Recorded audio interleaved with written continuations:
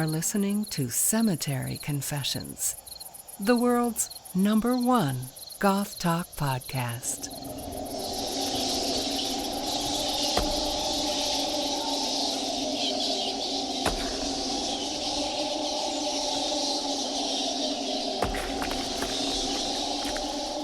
Hello and welcome back to Cemetery Confessions, the podcast that explores the culture and lived experience of Goths all across the world. Today we're going to be talking with two guests about a topic I don't think I've ever seen discussed in Goth spaces, and that is the experience of being in the military while being Goth.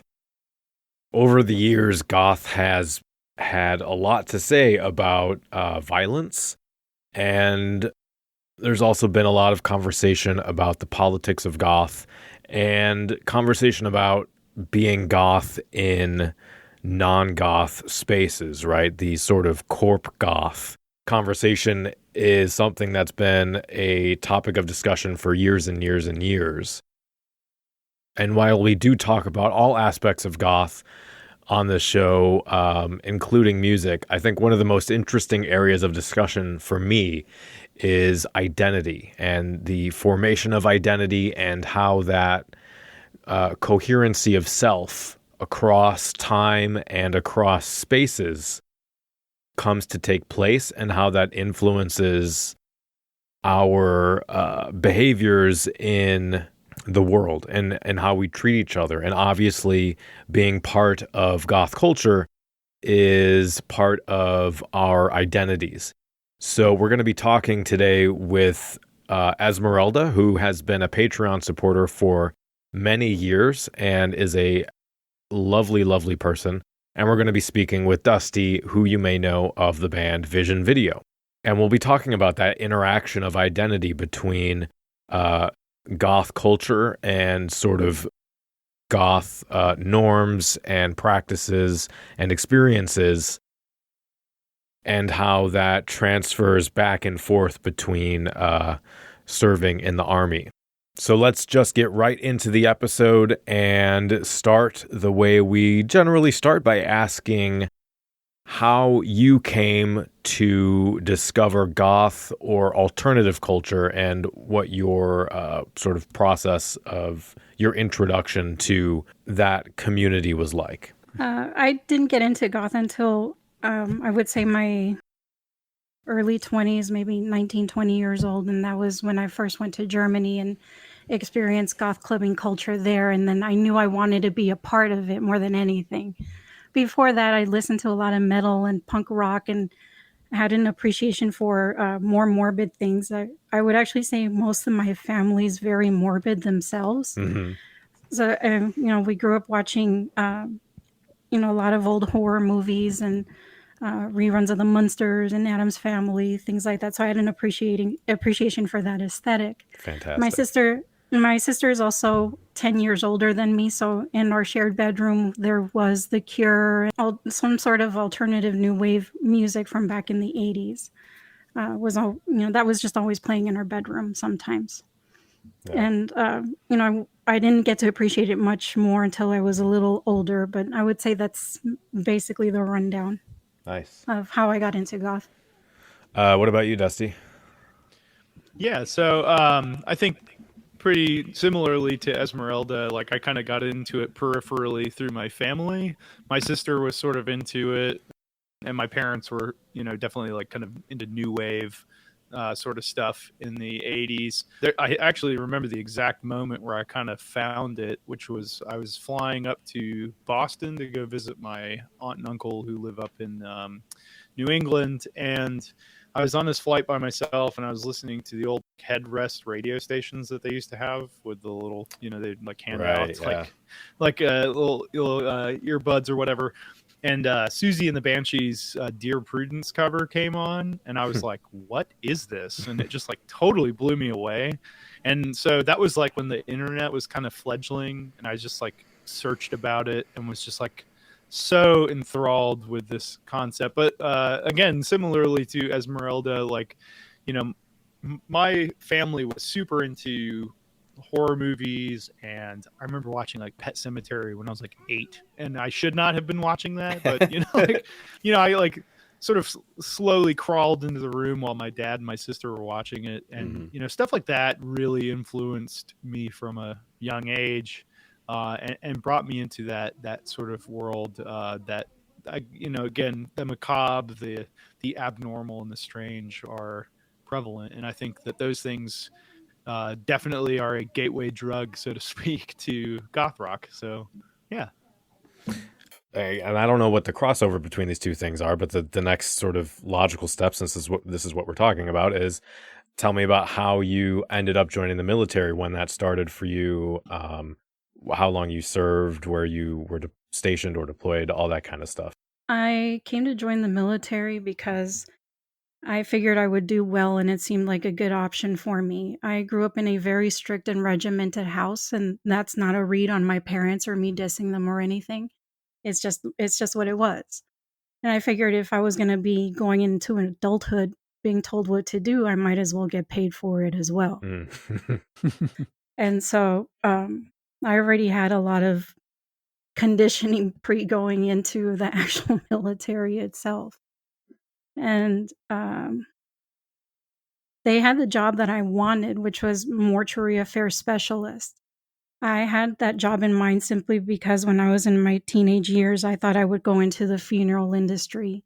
And I did get the job I wanted, but didn't end up going into the funeral industry after I left. I'm not opposed to it, but it's just not something I want to do right now. I served for 16 years on active duty out of the U.S. Army.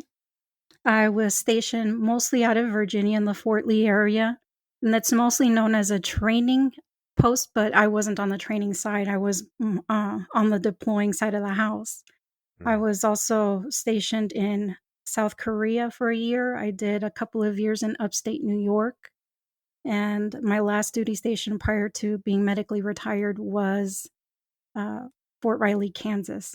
And then prior to me leaving there, I had fallen in love with somebody that lived here in San Antonio, and here I am now. And San Antonio is a good city for goth stuff, so I hear. It is, it's a very large community.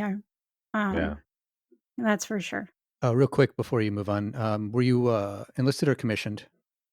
I was enlisted. I retired as a sergeant first class, which is a senior non-commissioned officer. Okay.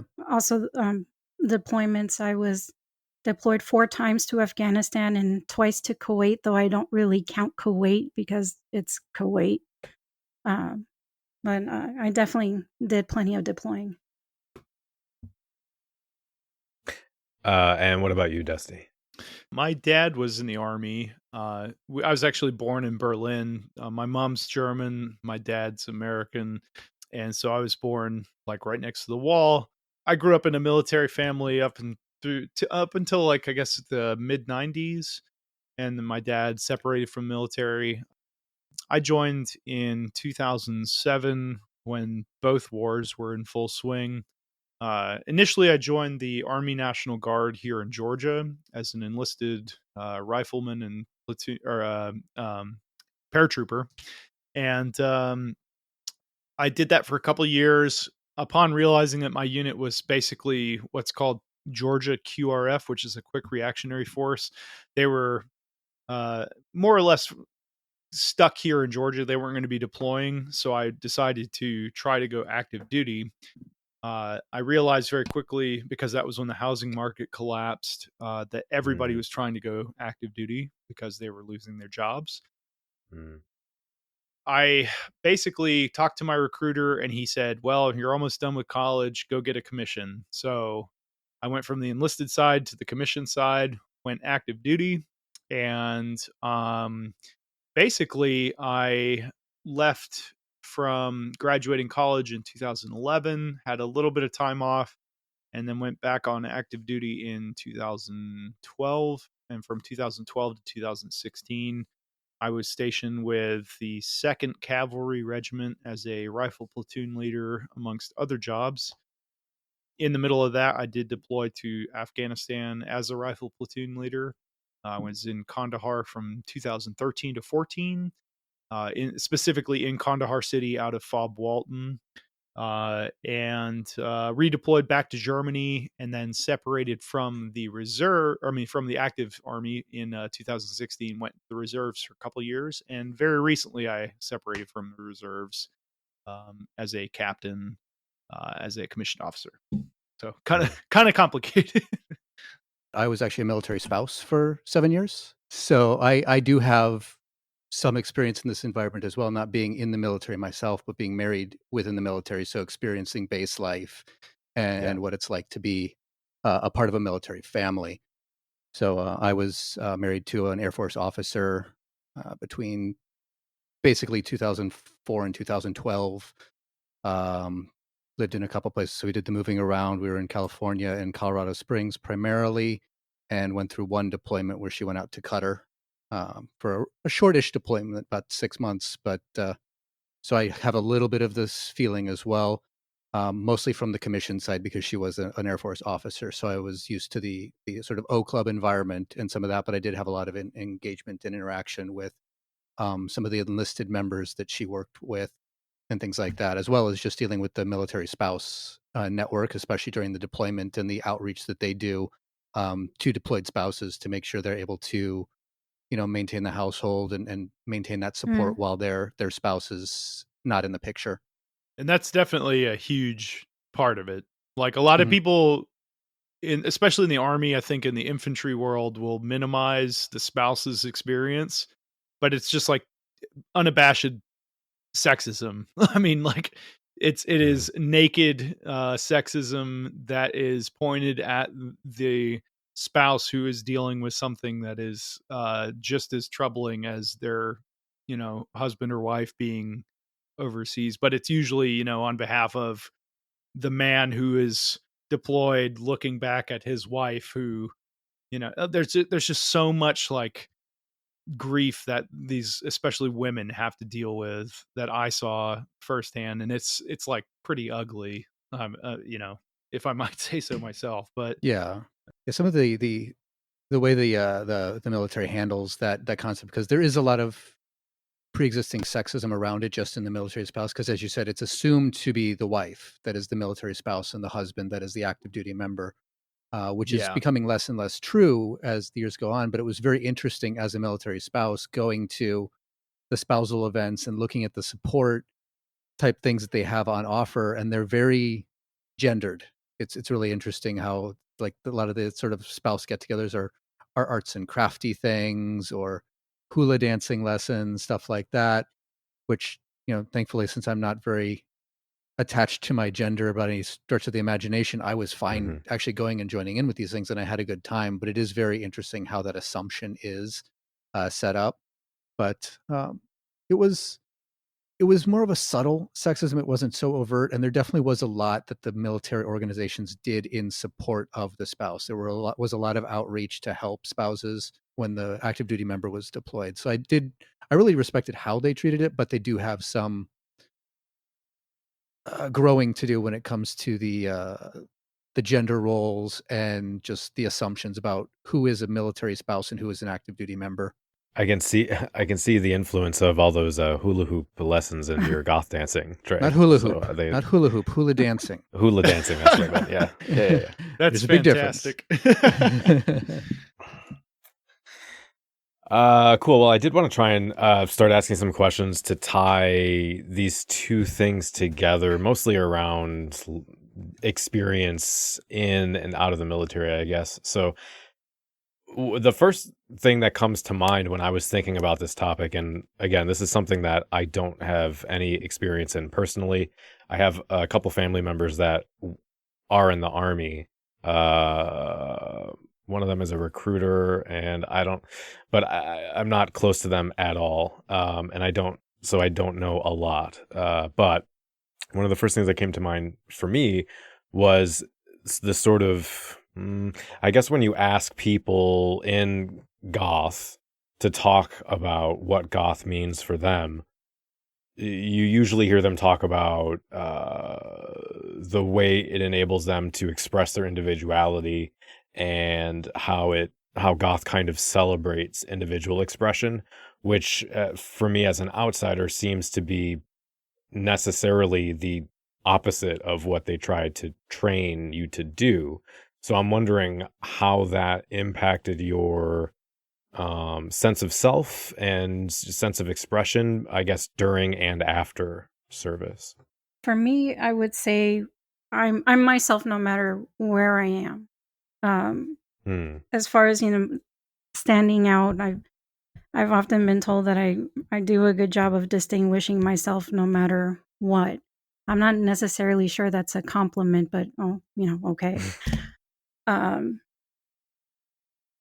I know definitely when you go out, you have to get more creative. You can't go around piercing your face or shaving your head or coloring your hair however you want. But there's always ways around all of that and still feel like the person you are inside and not the person you are in uniform all the time.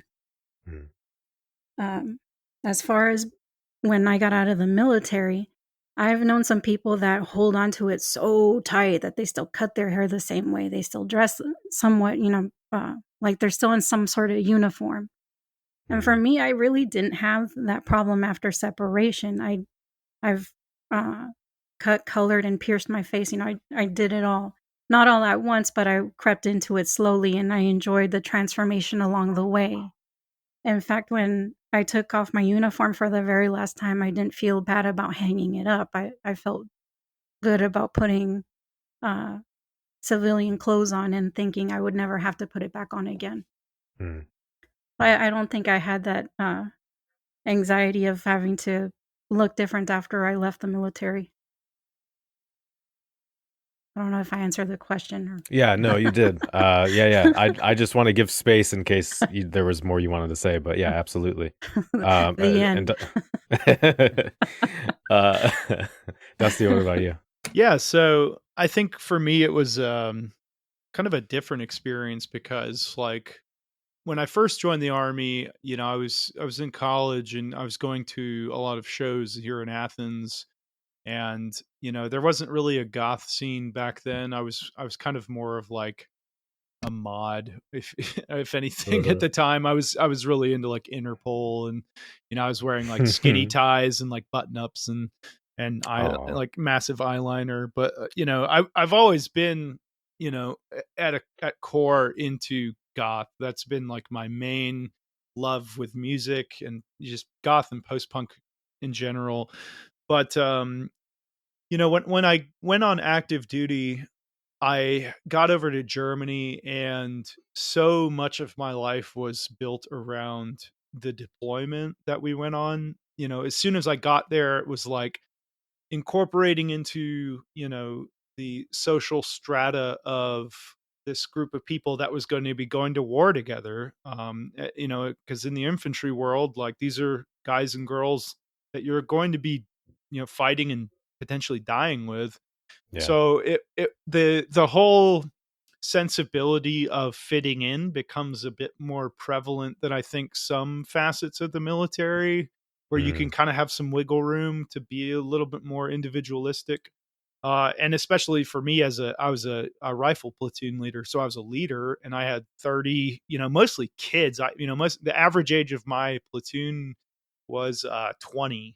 So I mean, I had like young kids, and I was like 27, I think, at the time. So for me, it was my sense of self took a back seat for quite a while, for many years. But we got through the deployment, and I had to sort of, you finish your time with your platoon and you give them away to the next incoming platoon leader. And I had actually an extended amount of time with my guys, so I was kind of fortunate, and we were a very like strongly forged family at that point. It was really hard for me to give it up, but once I had passed that torch, it was like game on. And I was in Germany, and Germany is like the goth mecca in a lot of ways.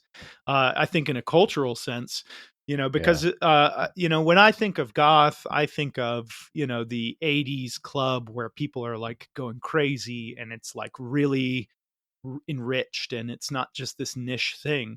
And in Germany, it's very much so like that. And I started to kind of dig back into that identity that I felt was innate within me, that I had kind of cast aside for this other thing in my life for so long. So I started going to like Nuremberg has this really small city that's like on the outskirts of Nuremberg called Erlangen. And they have this killer club. And I don't know if it still runs the goth night there. I mean, I'm sure right now it's probably not, but they do this like goth night tandem to this 80s night. And it's in this like really bizarre place where it looks like a high school gymnasium. And like the goth night is like upstairs in this really small club, but it's super packed. And I went up there and I was like, I went there by myself. None of my friends came, and I was, just wearing like a Bauhaus shirt and some black jeans or whatever. And I sort of totally fell back in love with everything. So that was kind of the seed that was planted in my mind, insofar as knowing that I was going to be leaving the army. Because at that point I was like, I'm kind of done with this. And, but it was very secretive in a way. I didn't, I mean, I've always just sort of worn a lot of black, and people have, while I was on active duty, they knew that it was just like, oh yeah, like, Dusty's just going to wear black shit everywhere we go. But it was never like, makeup or like the intensity of which I wear stuff now. And then once I left, you weren't doing unknown pleasure makeup tutorials in the barracks. Not quite. I mean, I definitely introduced some of my guys to like, Joy Division and like sad bastard music in general, just to get us just to get us through the deployment. But I once I left the active army, and I came back into the reserves because I decided to go into the reserves for a couple of years just to kind of transition away from that lifestyle. For me, it was like, I'm only here one weekend a month, seeing these people. They have no concept of what I am outside of this. So once I came back here, that's, when I really got back into the subcultural aspects. And, like my friend Steven and I started a goth night here in Athens, and, it like did really well. And that actually kind of segued into Vision Video with the band and everything. Yeah, I mean, it was a very weird process of sort of finding myself again after so many years, because I think that's like maybe the storied tale of goth in general is like, it is timeless. It is sort of this perennial thing that will come back to you at different times in your life. And that was like the kind of cool thing for me was, being like right around the age of 30, and I was like, wow, like I still love all this shit. Well, maybe I can that kind of segues into a different question I had, which was about, people always talk about the difficulty of leaving the military and having to adjust to completely different circumstance and completely different life. Did having that connection to a subculture and, in a sense, the kind of built-in community provide a way to kind of lessen that difficulty of changing life paths, or did you even have any difficulty with that? I don't regret joining the military. However, I regret staying in as long as I did. The best way I can describe it is I went to this party. I had a really good time. I had some drinks, and then I'm like, oh, okay, it's time to go home. And then everybody's like, no, don't leave. It's not going to be a party without you. Stay. Oh, and yeah. Then so you, and then so you stay. And then the next day you wake up feeling like shit. And you're like, man, I had a really good time, but I should have left when I had the chance. That's kind of how I feel about my service. And that's why I said, by the time I left, I was very ready to leave. Because I feel I overstayed. I overstayed. And I was just ready to go. As far as running into other subcultures in the military or joining other ones, there's kind of things you kind of have to keep a secret, and you can't go around telling people. For example, I was also part of the BDSM community or kinky community, and of course, I can't be telling people about that kind of business. So you have to keep it under wraps. And I met other people in the military who were into the same thing. I also, oddly enough, ran into a lot of punk rockers, particularly out of the infantry. And I still had some T-shirt relics from my time as a teenager, listening to punk rock. So I had, Ramones shirts and Dead Kennedy shirts. And I would always run into an infantry guy that would, want to talk to me about it. That's not surprising to me at all. Yeah, no. Like being a guy from the infantry, like I think half my dudes were like obsessed with punk rock the entire time. So that's very like endearing to hear. And there was another part to this. I'm sorry. Just the transition to civilian life, and whether having any connection to another subculture outside of the military gave you something to hold on to, rather than feeling like you've been cut adrift from your community when you left the military family to rejoin civilian life. I still keep in touch with a lot of the people that were in my circle during my active duty time. Transitioning, I'm not going to lie, is a little hard, especially when dealing with civilians. And I now work in the service industry. I'm not used to hearing please and thank you at work when you're doing your job. Your boss, I wasn't going to tell anybody thank you for doing whatever it is I said, because it was the same with me. And I didn't expect them to say thank you every time I did something for my soldiers, because that's what my job was. And when my significant, when I do something around the house, my significant other says, "Oh, thank you." I'm like, "Why are you thanking me? I just made dinner. It's not a big deal." Or the same thing with my boss, "Why are you thanking me? All I did was just take out the trash, not give you a kidney." But I have to understand that that's now part of my life, is all the please and thank you. And plus also, I can't just, I just can't go off on people either. I'm a hairdresser now, so I do occasionally get somebody in my chair who's like, "Oh, I want to be platinum blonde, but I only have $30. And what I want to say is, you need to get your broke ass out my damn chair. But I know I can't do that, and I have to work within their means and make them blonde on their budget.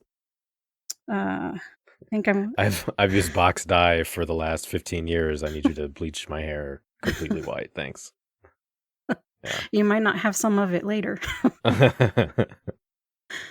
For me, reincorporating was less difficult, I think, in a lot of ways, because I didn't completely sever from the military. I went into the reserves and still had that like sensibility there for a little bit. But I mean, the reserves is like the diet RC cola version of the active duty. I mean, it's like kind of a joke, basically. So I mean, it was never really something that I took it seriously when I needed to, when I had positions of leadership. But other than that, it's always been just sort of like, okay, whatever. But also for me, like when I moved back to Athens, my plan was, come back to Athens to play music and go to grad school. Well, I got into grad school, but I also simultaneously got into the fire department in the Metro Atlanta fire department that I work at. The fire department is extremely different from the military in a lot of regards, but there is that like sense of camaraderie, and we do go through like life-threatening situations, like not super regularly, but like pretty often. I honestly, maybe even more so than in the military, because you only deploy every so often, but like in the fire department, like we do crazy stuff like all the time. So I had that kind of familiarity in my life over the past several years in general. But upon finding the goth scene again, It definitely helped me. And again, I think like for me, a lot of it is framed. So to give you all some perspective, when I moved back here, I started bartending full time before I got into grad school or before I started with the fire department.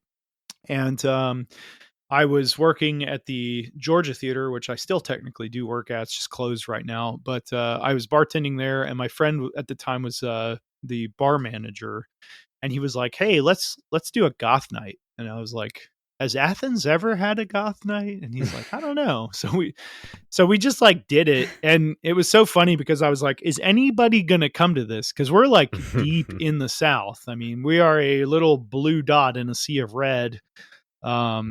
Which maybe that's changed now, but in any case, it was very like wait and see if this is actually going to mean anything. And then like the first goth night that we did, it was like sold out. We were at capacity. Wow. And I was like, what is going on here? But we realized that basically, Atlanta has like a kind of a notoriously large scene, but there's all these people that live around Athens that don't want to go to Atlanta because it's too far.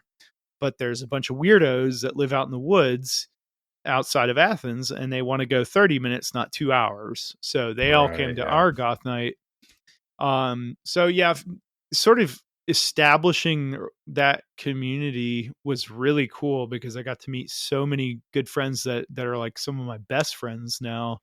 And then that all led into, Vision Video, and now my band members are like quite literally my family now. They have, again, quite literally saved my life, because when I did sort of lose my mind because of army shit that I had not dealt with, they were there.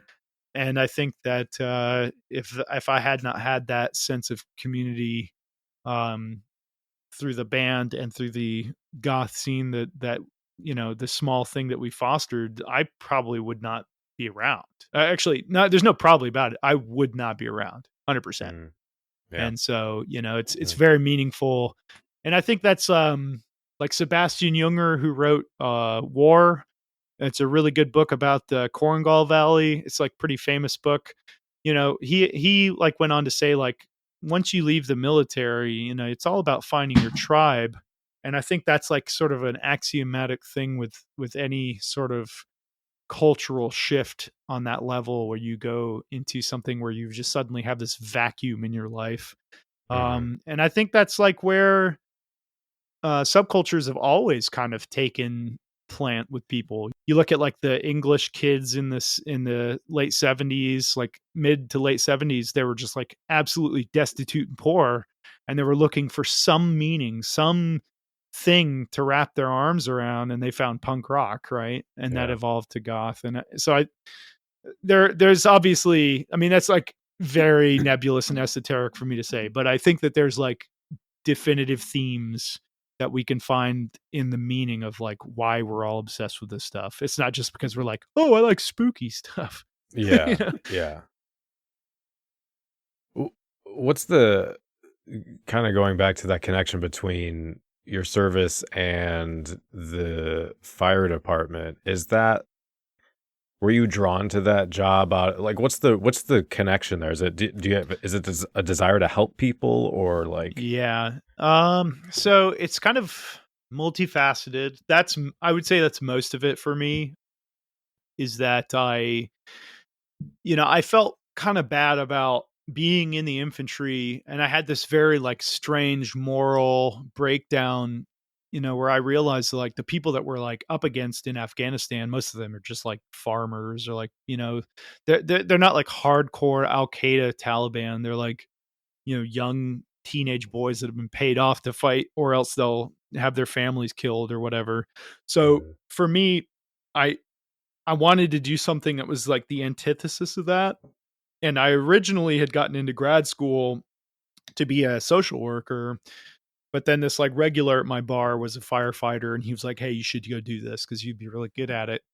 But yeah, I mean, there was definitely that aspect of camaraderie and like being part of a like blood-bound team where it's like, that even if I don't like you, even you could be a total Trump supporting dickhead, but like I will literally die for those dudes on my station because they will do the same for me. And that's something that is very hard to find outside of the military. And I definitely miss that aspect of that thing because, you're not going to be like working at Walmart or Target and you're like, hey, like this guy's got a gun to my head. Will you like take this bullet for me so that I can no, it's not going to happen. You know what I mean? So, it was definitely like nice to find that again. And then I think outside of that though, I was like right around 30 and the Army was crazy. And I went through some really crazy experiences with that, but it was just like, man, like one more adventure, like one more dumb thing for me to do. And then I like started a band. So maybe one more dumb thing for me to do. Yeah, I did find that really interesting in the military, that idea of the band of brothers, and how that it doesn't conform with the stereotype that those outside of the military might think of, where everybody is, the same. They're a band of brothers, and this goes back to our individuality conversation as well. It's not a bunch of people. There's not like a military type of person that is the gun-toting conservative supporter. It's a very diverse group of people with different political leanings, different religions, different ideologies, but you all have to join these teams and be cohesive. And yes, while you're in the military, you don't have religion, you don't have politics. That's just not part of the world. You are kind of your job. But that acknowledgement that these people, when they're not doing that job, it does come out. It's not totally buried under this sort of artificial military persona. So a lot of people who join the military tend to be exposed to a very diverse group of people and tend to come out of it with much more nuanced views of different religions and different cultures and different communities, which is kind of opposite to what the civilian stereotype of the military is. And I found that pretty eye-opening when I saw just how accepting and open people in the military were for a lot of diverse ideas, both in and without. And you can tell how long people have been in the military too, because some of the younger kids struggle with that a little bit more. But after you've been there for a few years, you see, especially when you get into the NCOs, non-commissioned officers, and some of the mid to high ranking officers themselves who have been in for 8, 12, 16 years plus, there's a lot more of that acceptance, that understanding, which is really, it makes me very comforted having gotten the opportunity to see that versus my preconceptions prior to having the experience of seeing the inside of the military. I have always found that we stay very, very much in touch, even years afterwards.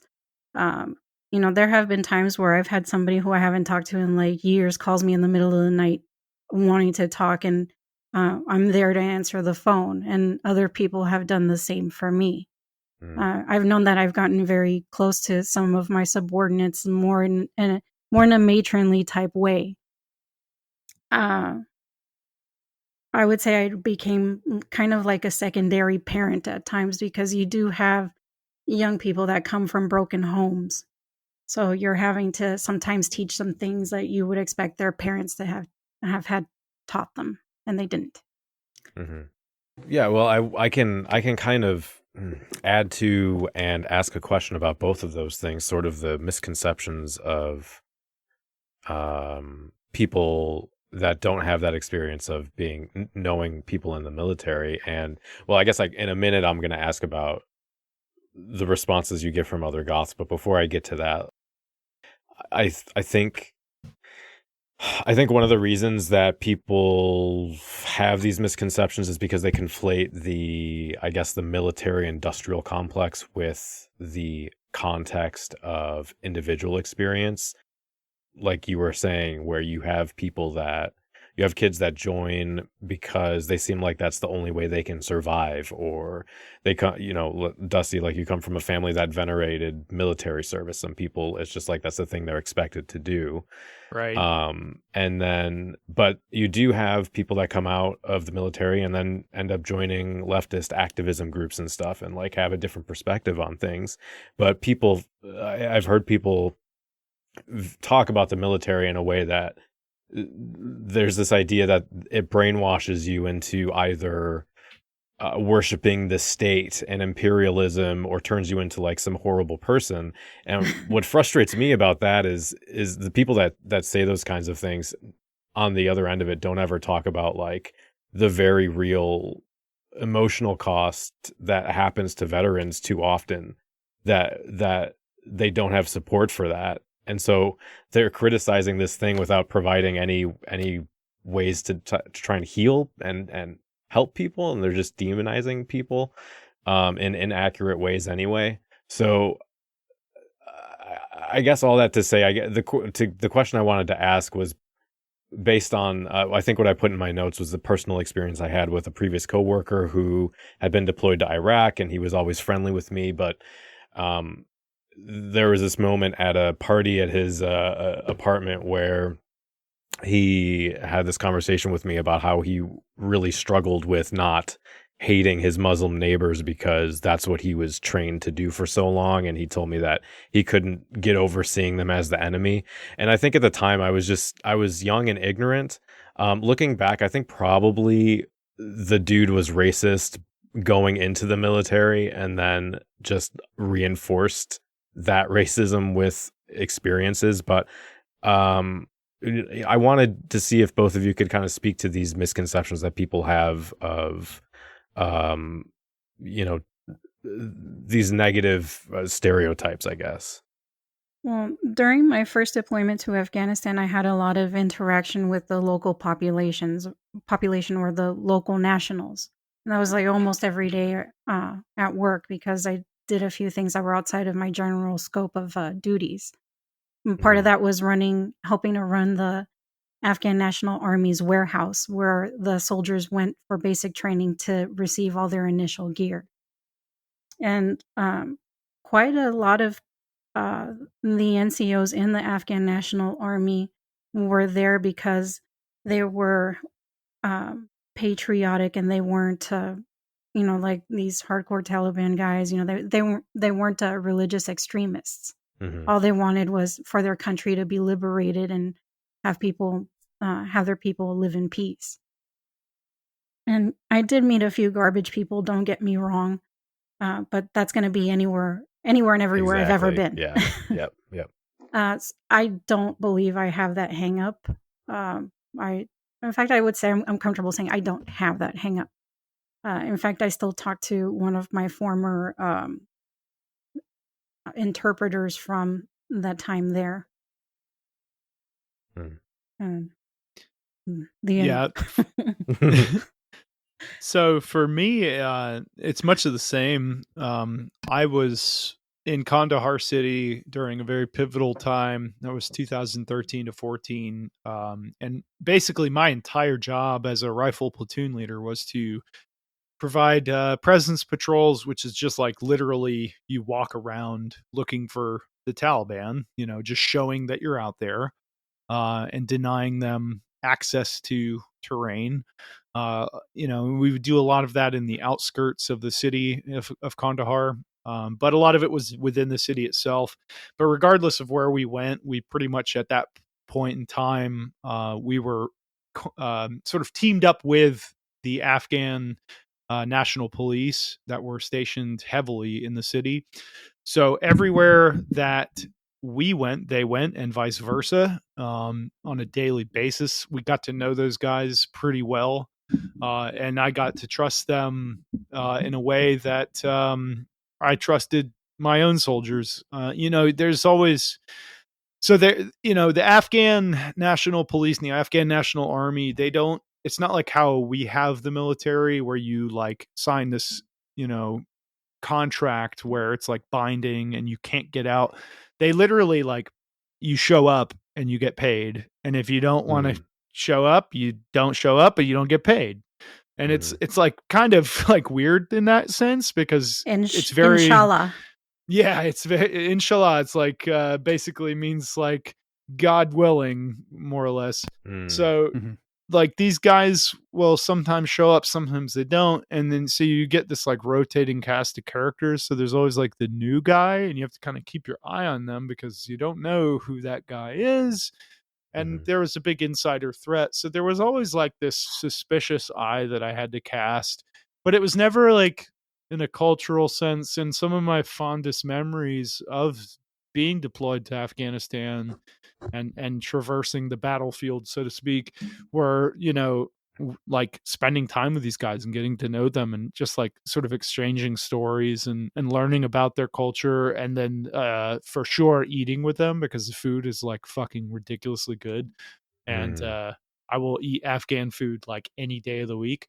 But I think for me, like lesser so did it affect my eye of suspicion on a group of people, specifically to Afghans or Middle Easterners, but it like maybe swayed my eye of suspicion on people in general.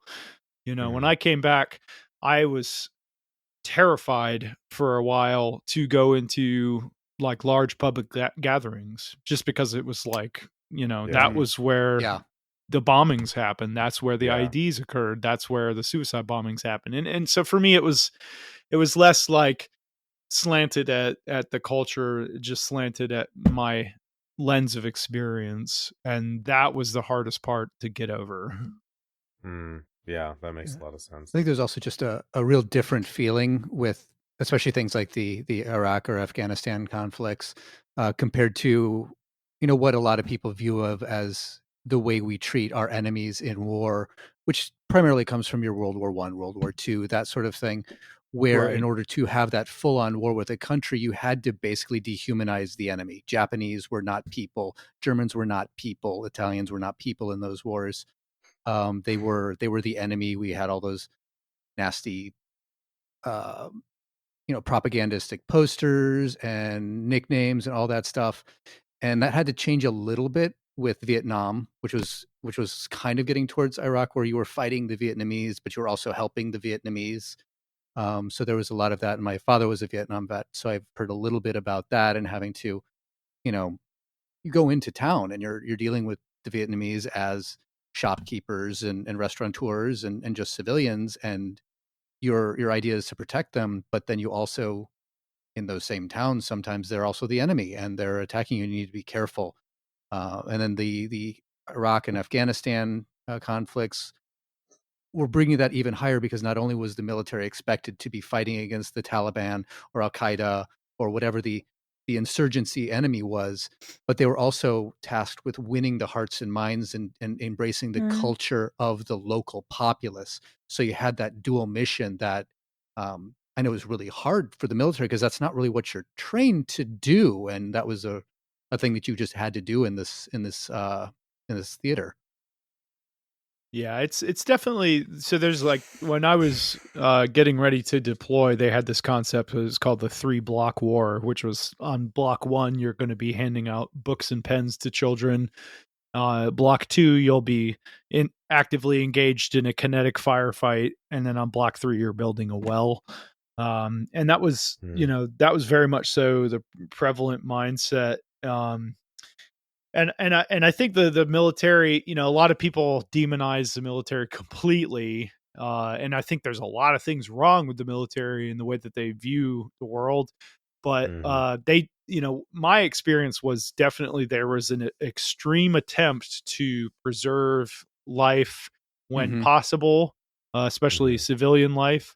And then just being culturally aware was like something, and but well, whether fortunately or unfortunately, the cultural awareness aspect really boils down to your frontline leaders, and that was something that I took very seriously. So I made sure that my soldiers, my 30 guys, like knew the basic phrases in Pashtun, like they understood like Mm. Pashtunwali, which is their unifying code. It's more important than Islam in a way, and so my guys kind of understood that to at least some extent. And I had soldiers that ranged from, GED dropouts, aka actually me, I have a GED and I dropped out of high school. Secret fact. But and then I had like Mensa geniuses. like I had a guy who spoke 11 langues. Holy shit. Yeah. And I was like, why are you here? And he was like, I like to go to war. And I was like, you're also an idiot, kind of. So, but like there was this range of people that have varying understandings of cultural nuance. And, that's, it's not easy to like flatten that, like, knowledge to everybody, but like as long as they get the basic concepts of it, it's important. But yeah, it's not easy. No, and I think that's a really good point, because I think that's one of the most important lessons I've learned getting older and can try to continue to learn, is that there is nuance and context to everything. And we create these abstractions and expectations of these large groups, and there's always more to it than that. So I guess in that realm, coming back to interacting with, and I don't know how active you are with other alternative people or whatever on the internet. It could just be interacting with people in everyday life. But if you have, in the Goth community specifically, have you had to deal with people, because there are certainly Goths that have had military service, but it's not common. So have you had good or bad experiences and reactions from people when that comes up? I haven't. And if they did have a problem with it, they at least didn't say it to my face. As far as, I would definitely say the Army gave me like this confidence that I was hoping to gain. When I left home, I felt more like a self-realized adult later on down the line. And every time I've encountered somebody just being rude or snarky in the goth club setting, I've had no problem asserting myself and getting them to leave me alone. That's all I have to say. Like right now, I'll probably think of something else later. Mm-hmm. No, that's definitely like a totally valid and important point to make, for sure, because it's important to like walk out of the military into a subculture and be like staunchly yourself. So I have not directly. Maybe there's like one situation. Okay, so this is like a stupid story, but I'll tell it because it's relevant. So it was like our very first goth night. That's our entire podcast. Stupid stories. So it's fine. So perfect. So this works well then. So basically, it was our first or second goth night that we were doing in Athens, where, as I aforementioned, where we were just kind of like, how is this going to go? And as I think every single goth night in the entire world, maybe aside from in Germany, where they're just like, now is the time that we dance, and they just like go crazy. But if you go to any goth night in America, like people are just like in the shadows for like an hour, 2 hours, and then they get drunk and they're like, fuck it, whatever. Or that one song plays and they have to break their lurk to go, this is my song, God. I have to dance. Yeah, exactly. So I was like, the way that we had it was Steven was going to end the set. I was going to start the set. And I was playing like banger after banger. And I was like, why aren't people dancing? Like there's like, we're literally at capacity and everybody's just standing around. And I was like, this is the weirdest shit. So I was like hammered and I got on the microphone, and most of these people are like people I know. So I was like, I think I said something to the effect of like, I'm going to have a PTSD meltdown if you fuckers don't start dancing. And like, there was like this loud laugh, and it was funny, because it's like, people know me, but somebody in the community here, that was like kind of peripheral to the goth scene, didn't know anything about me. And they were like, whoa, what? Like you, and they like started this rumor about me claiming to have PTSD and all this shit. And I was like, it just turned into this big ordeal. And I had to like straight up confront people. And I was like, hey, like, I heard you said this to all these people.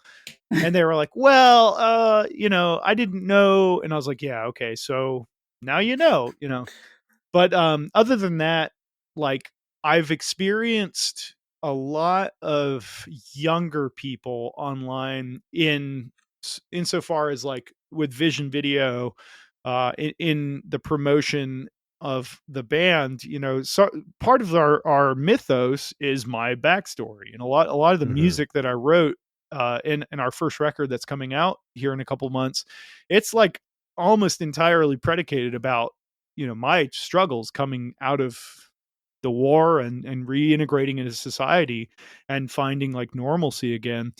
And there's like, some elements of presentation where, I talk about like my military experience and I talk about that sort of stuff. And there's been like, on our TikTok account, these kids are like, "Oh, you baby murderer."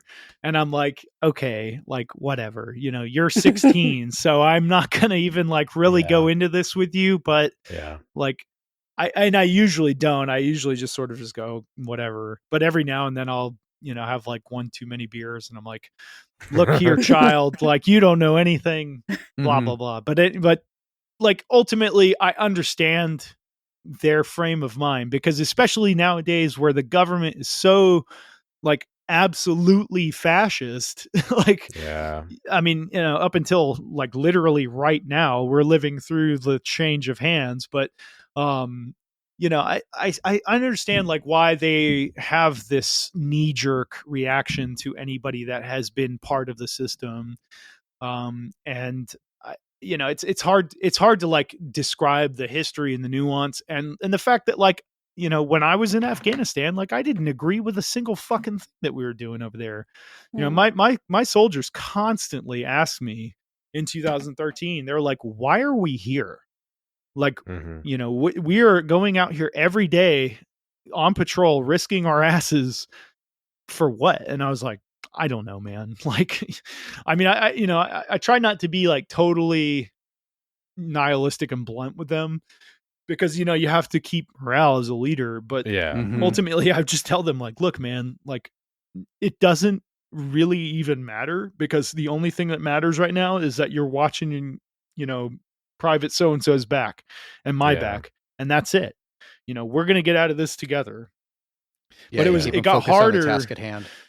Yeah, exactly. But it got harder as we were there longer, and the bombings increased, because we were leading into the election where Hamid Karzai was being replaced as the president.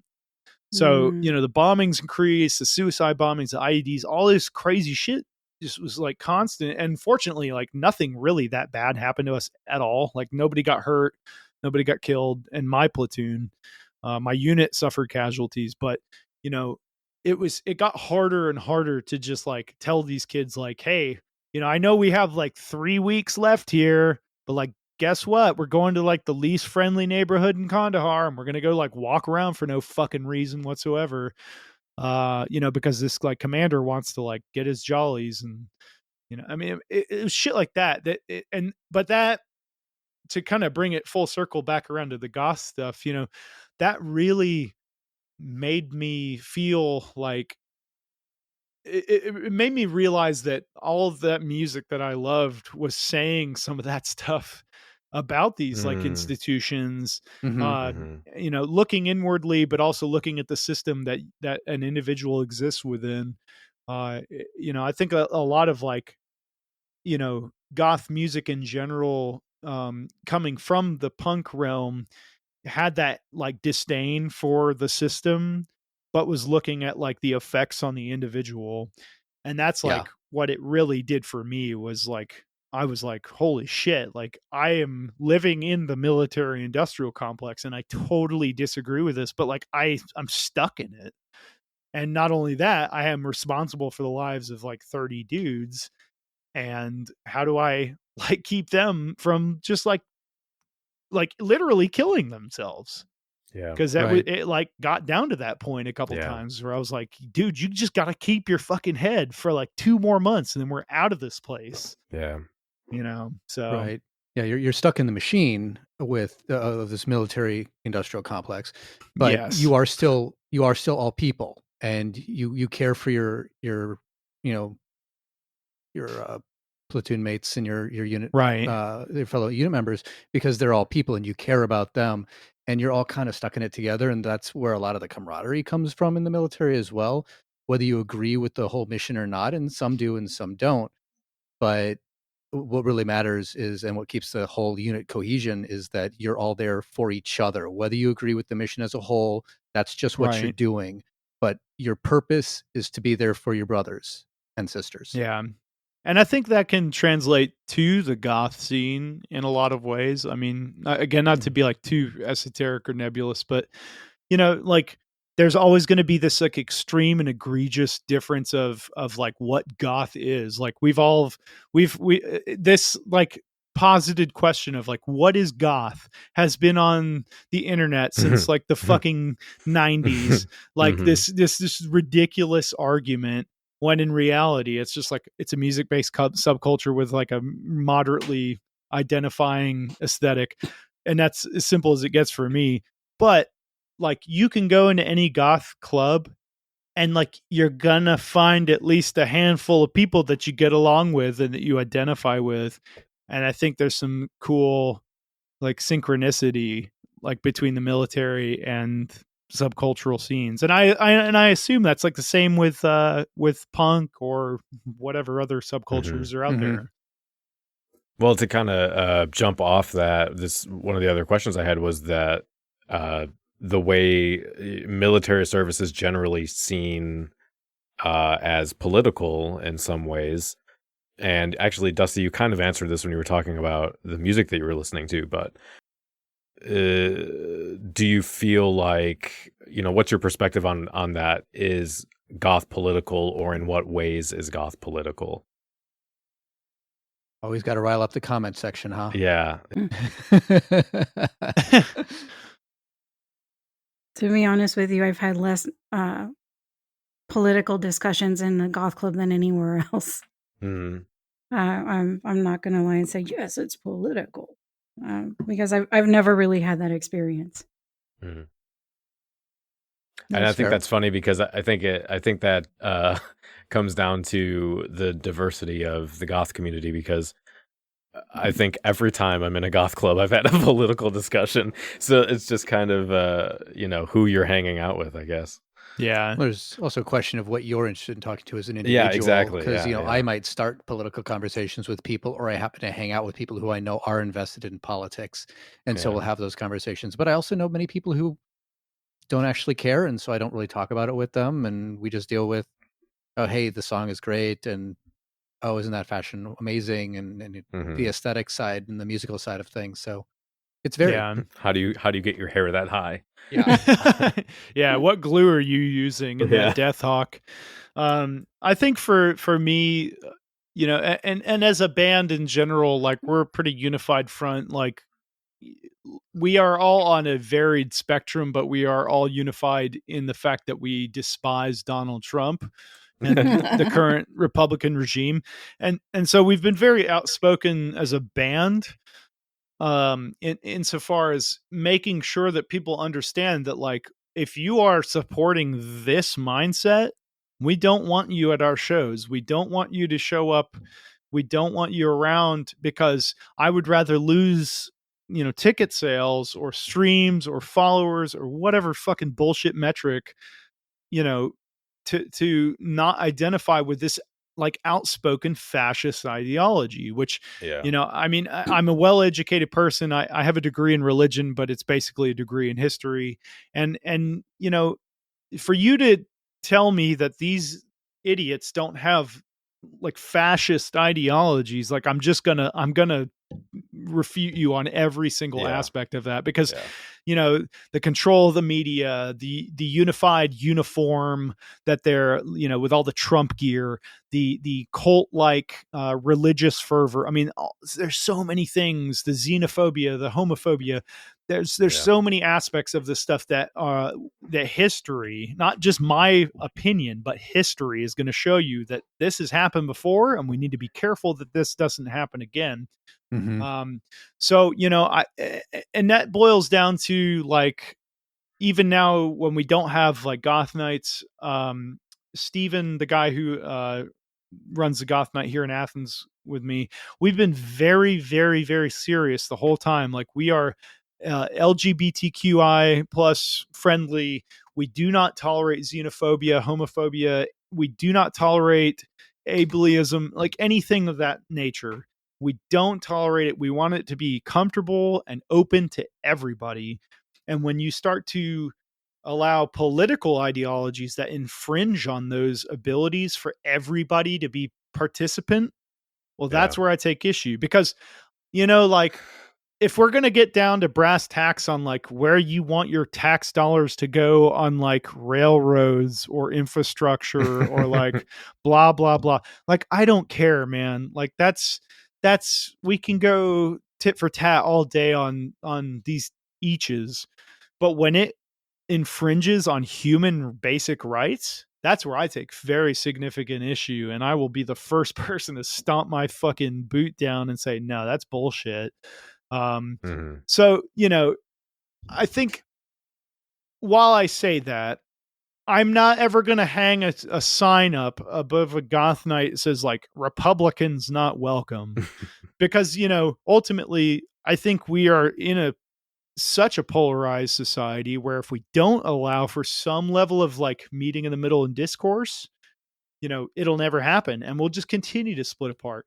So, you want to allow these people to at least show up, but the second that they show their ass, you're going out the door. Like I'm not having it, and I'm not allowing room for you to spread that bullshit. So if you infringe on somebody's ability to remain comfortable, you're gone.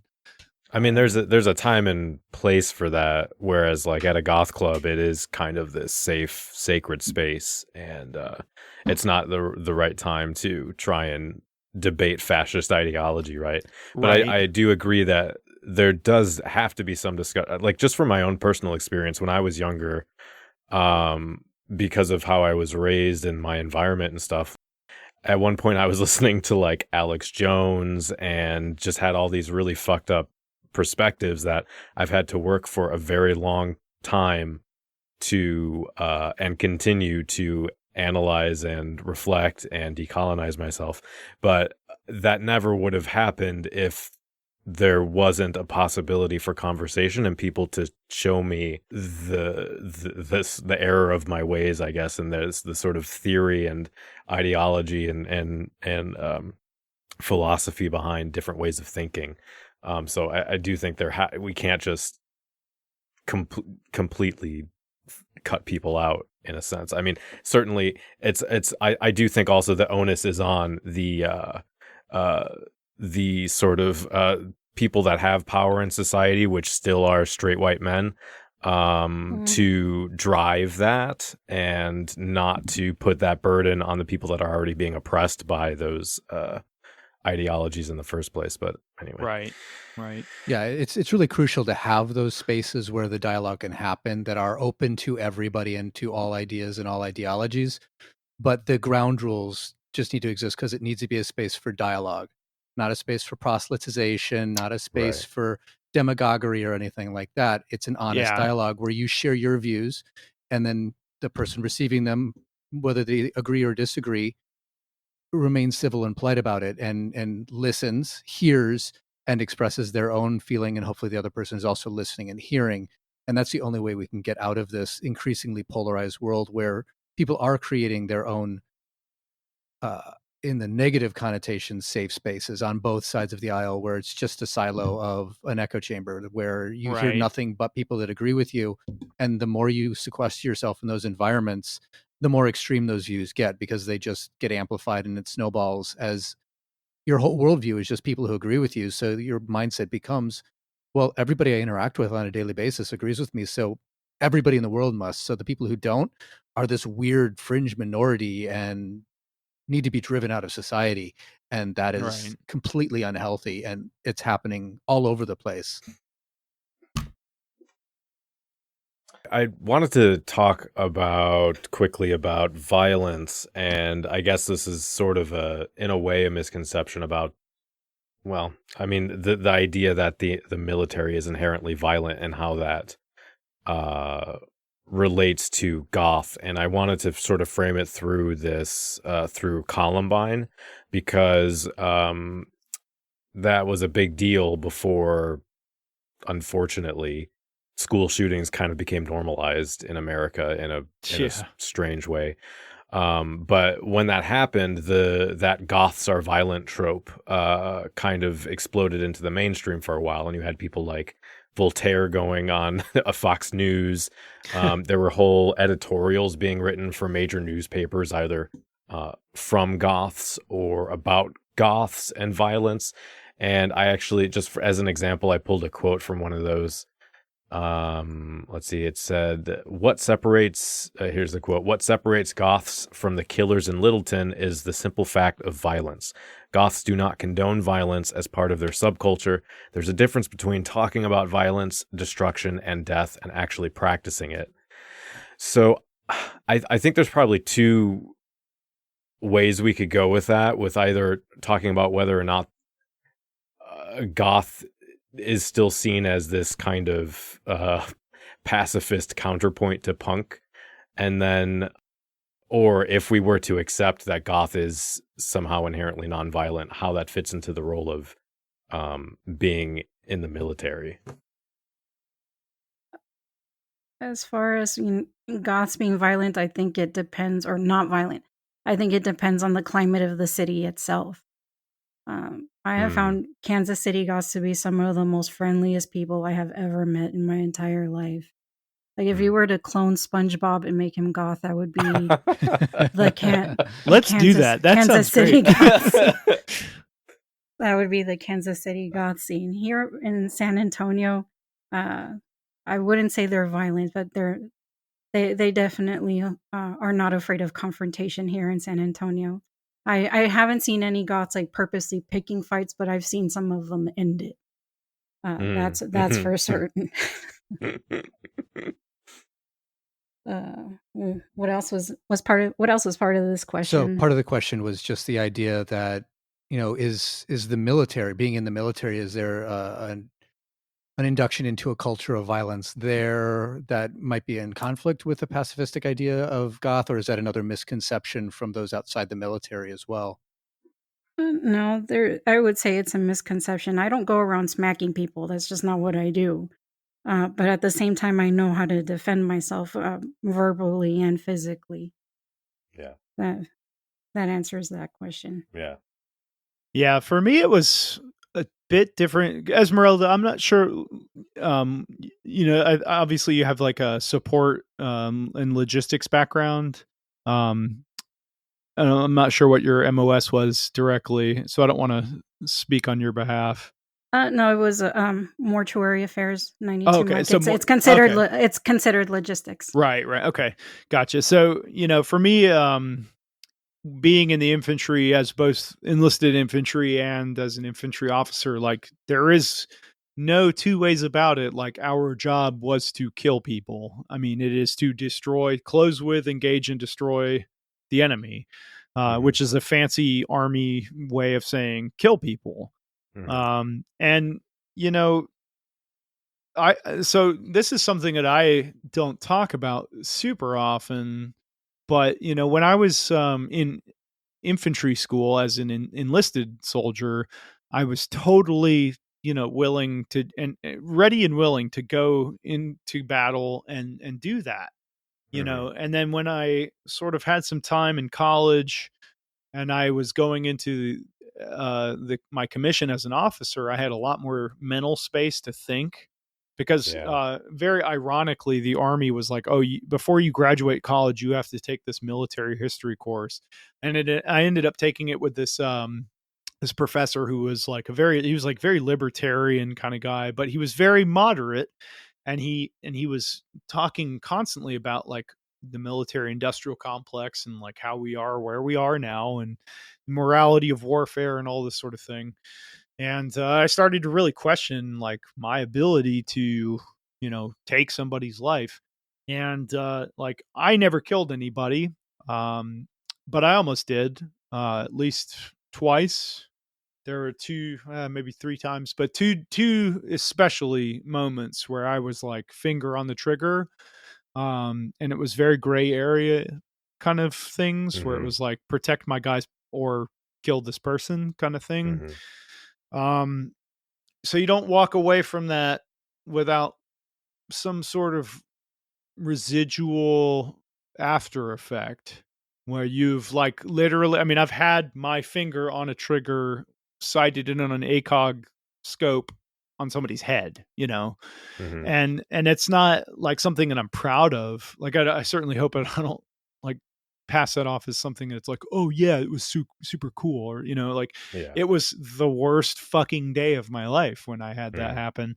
And you know, I think that you walk away from something like that with this sort of sentiment of you know, there's the forebrain that says logically, analytically, and constructively, like violence is not a good option. But there's that like weird lizard brain that has been instilled with you. It's that you have to overcome.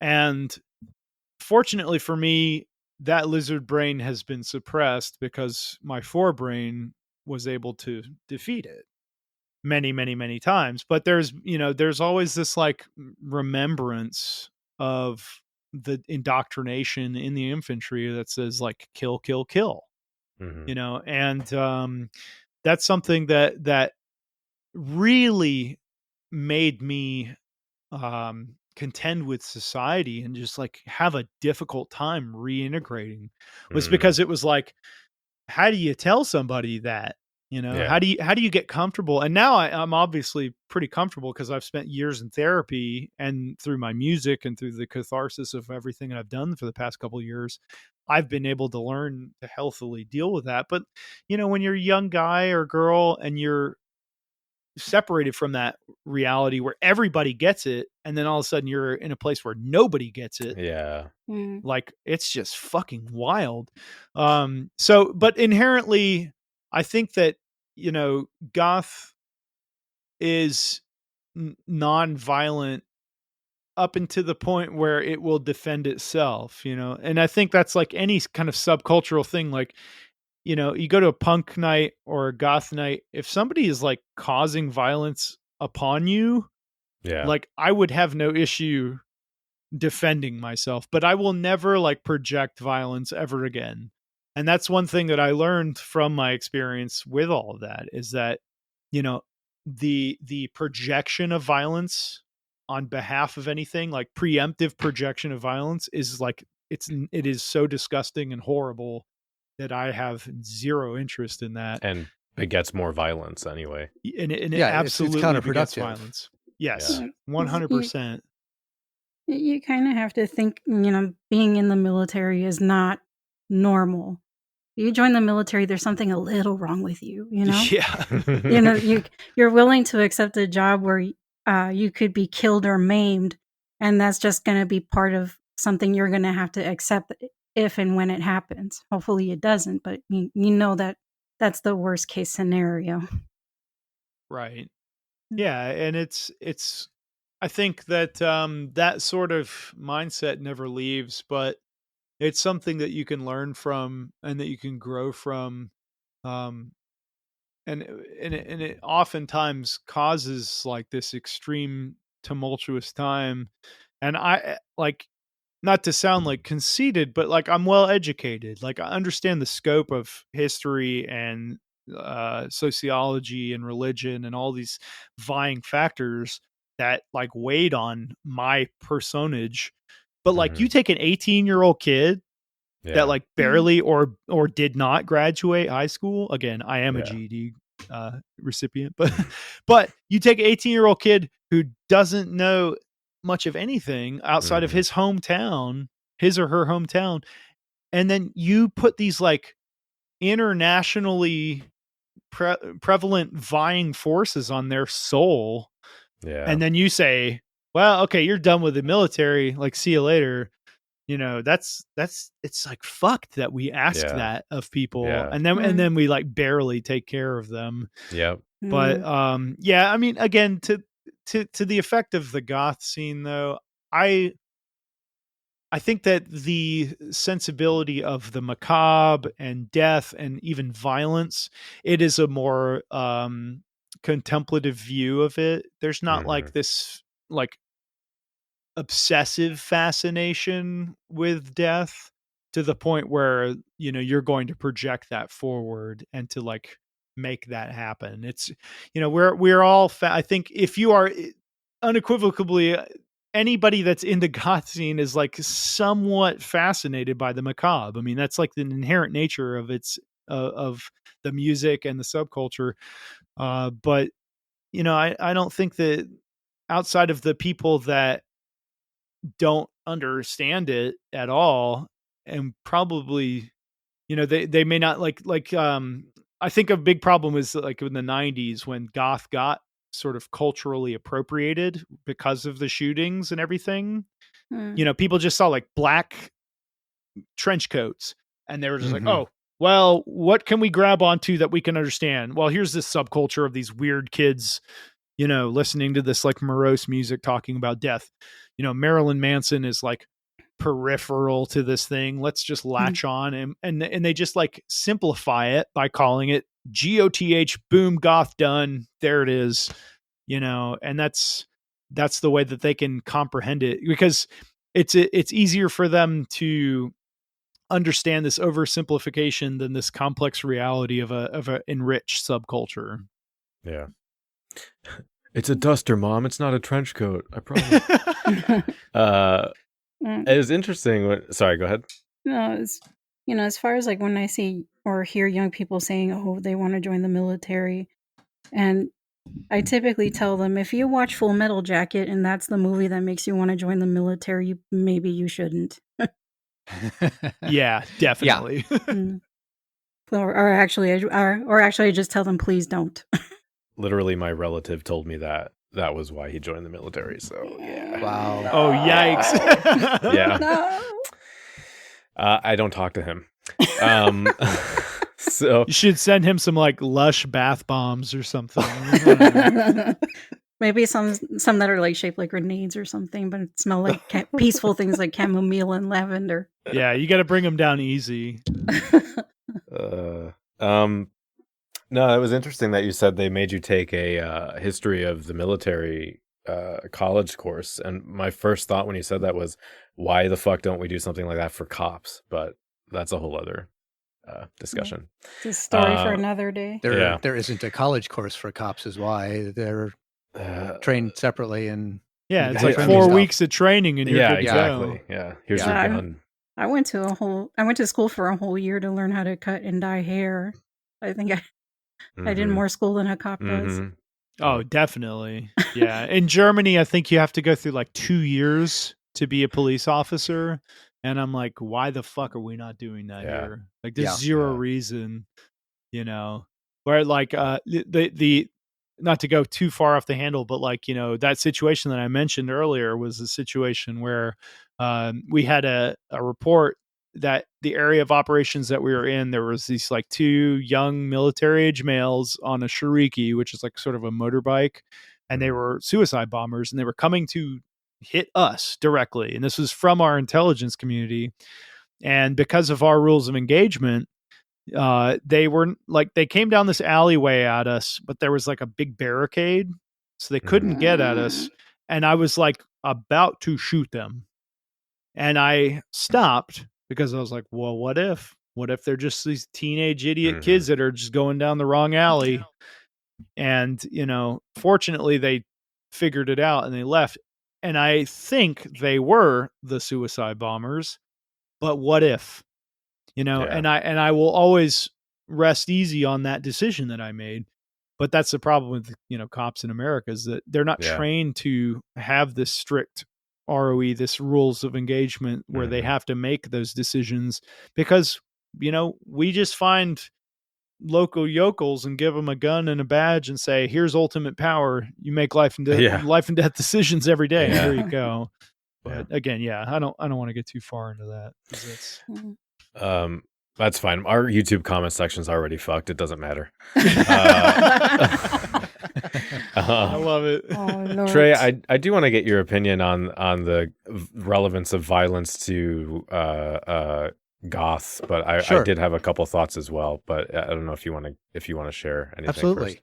I've got some thoughts on I guess both sides of that question. From the Goth perspective, you know, how I've always viewed it is that the idea of morbidity that we've talked about and the embrace of death and potentially the embrace of violence has always been, from the Goth standpoint, it's an acknowledgement of the inevitability of death and not shying away from it, not looking away from it and pretending it doesn't happen and pretending everything's all shiny and happy and no one's ever going to die. And with that acknowledgement comes the acknowledgement that death is also not always a peaceful thing. Sometimes it is violent. Sometimes it does get caused by tragedy, whether caused by humans or natural causes or whatever. Death comes in many forms, and the concept of Goth is to confront that, look at that with eyes open, accept that as part of life, and embrace it, not with a celebratory sense like, oh my God, it's so great that everything's dying, but that, life is all of these things, and we need to accept all of them to really embrace life as a whole. And I think that's how Goth focuses on that idea of life and death and violence. But we don't, or at least very few Goths seem to have a desire to instigate that process. While we may engage with it, we may think about death and think about the fact that it's a fact of life. There's not this fetishization of it where you're going out and wanting to experience it personally. Yeah. There's not this idea, like, what was the Johnny Cash song, Folsom Prison, where he shot a man in Reno just to watch him die. Yeah. That's not a thing that I've ever seen anybody in the Goth community express. They may embrace that people do get shot and may be able to confront that and talk about that rationally, or be fascinated by that concept as a societal thing that happens. But going out and doing it to have that visceral experience is not something I've really ever heard anybody talk about aspiring to.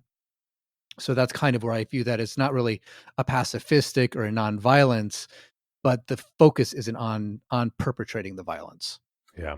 Go ahead. I was going to say, and then from the military standpoint, what I've seen just with the people I've interacted with, including my spouse. Now, most of that environment, she was Air Force and in the space and missiles intelligence. So she wasn't necessarily ever in direct, looking at someone down a scope.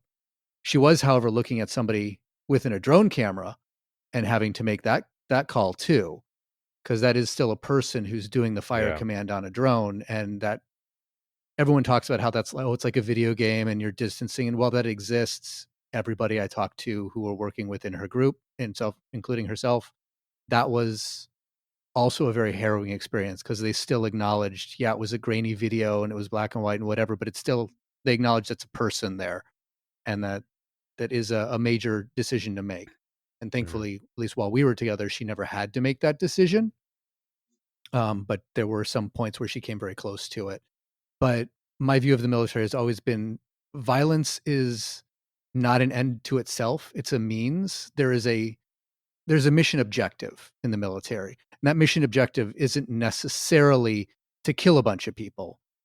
That may be a way to get to that objective. That may be the only way to get to that objective, but it's usually only one of many options on the table when military planners are discussing an operation that needs to be done. But, when people are coming to kill you, you have to react with deadly force, because it's really not possible to engage with that in any other way effectively. But it's not about, let's go and just tear down the system and blow shit up. It's not that sort of anarchist ideology. So it's not about the violence in and of itself. And I think that's, at least for most people, especially, again, like I've said, people who've been in the military for a while, because it can be that for people who are fresh in it and have those glory stories from movies and that mythos as they're entering the military. And, those people like Esmeralda said, or like Dusty said, who see Full Metal Jacket and want to go in. Actually, I don't remember which one of you said that. But why that's scary. But there are people who go into the military for that. They are enamored with war movies and Rambo and Commando and all these things that glorify the mighty hero soldier who goes and kills all the faceless bad guys. But usually that mindset is, if you're in the military for more than a couple of tours, it's usually drilled out of you, because everybody who's in the military knows that mindset is going to get a lot of our people killed too. Yes, absolutely. Like there is no doubt in my mind that is 100% correct. Like you're going to see these kids that come in, and it's always the young, super indoctrinated, like post basic training, Mhm. kids that are just like really ready to see some action. And then you get your veterans who, I had, when I took over my platoon, I had guys that were in like Fallujah, Second Battle of Fallujah. One of my squad leaders was, super, super experienced soldier, and like in confidence, he told me some stories I mean, it's so heartbreaking, and you could see it on his face. But ultimately, yeah, there's like zero times where I think when you're in theater where you're just like out on patrol and you're just like, let's just go kill people, because the stakes Yeah. are very real. It's one thing when you're like sort of in basic training and there's just this heavy indoctrination, or and the soldiers talk shit constantly, but when you show up to the actual performance of it and you realize that it's not a game, it becomes a very different thing. And to that point, like there was this, I think it's interesting you mentioned, that there, it's like means to an end. So this one time we rolled up this dude. He was like this Pakistani guy who was rolling through the Arghandab mountain valley into the city of Kandahar, which is like sort of known as a influx area for, people to come from the Peshawar in Pakistan, which is where they fed like soldiers for the Taliban. So we roll this dude up and, we hand him over to the Afghan police or whatever, and we put him in what's called the bats and hide system, which is just like this Mhm. fancy scanning thing. It like scans your eyeball and it like knows if you've been arrested before. And this dude was like a bomb maker. And he was like, he looked at us like he wanted to kill us. And he was a straight up criminal. Like the Afghans knew about him. They were like, oh, this is like an important guy. And it was like, it made me realize it's not just like war and it's not just violence. There's like criminality to this, Yeah. where and that happens like in every war. Like you read about Mhm. any war, there's like this criminal aspect that's always going to take advantage of what's going on, the chaos of what's going Mhm. on, to benefit themselves. And this is like one of those guys. He was like training people to make bombs in order to make money. Like he didn't give a shit about, Yeah. what was happening politically. But somebody like that, it's like I, I I don't want to kill him, but if that's what I have to do to save lives, Mhm. inherently, yes, that's what we're going to do. So it's not always so black and white, and then oftentimes it's a very gray area in between. Like in other Oh yeah. circumstances, like I mentioned before, where you're like, shit, I don't know what to do. But there's so many situations that present themselves where you just have to act and you have to do what you have to do to remain alive and to keep your brothers and sisters alive. And it does oftentimes boil down to a self-preservation, um because the enemy has the say. They are going to have their aspect of influence into what's happening, and they, we can talk about, like, I am as bleeding heart liberal as it gets nowadays, but you know there are people in Afghanistan and in Pakistan that will kill you the second that they see you, Yeah. and then nothing that I feel or think is going to change that. And for better or for worse, we're there, and you have to make the best of it. So it's all about these overriding, uh bigger than the individual aspects that are influencing decisions. And it's extremely difficult for anybody to make any decisions over there, because it's like you're damned if you do, you're damned if you don't. Yeah. Well, I mean, yeah, and you can say the problem is that you shouldn't be there in the first place, but once you Right. are, and there's all there have been millennia of moral philosophy about killing and when that's okay and when it's not okay, and debates over that. Yeah. I think anyone who says it's never okay to kill probably should read some more philosophy, but that's just my opinion. We won't get into that. But I did want to say about the going back to the Goths are violent thing. I mean, I agree with what you said, Trey. I think Goths historically tend to view themselves as more often being on the receiving end of violence.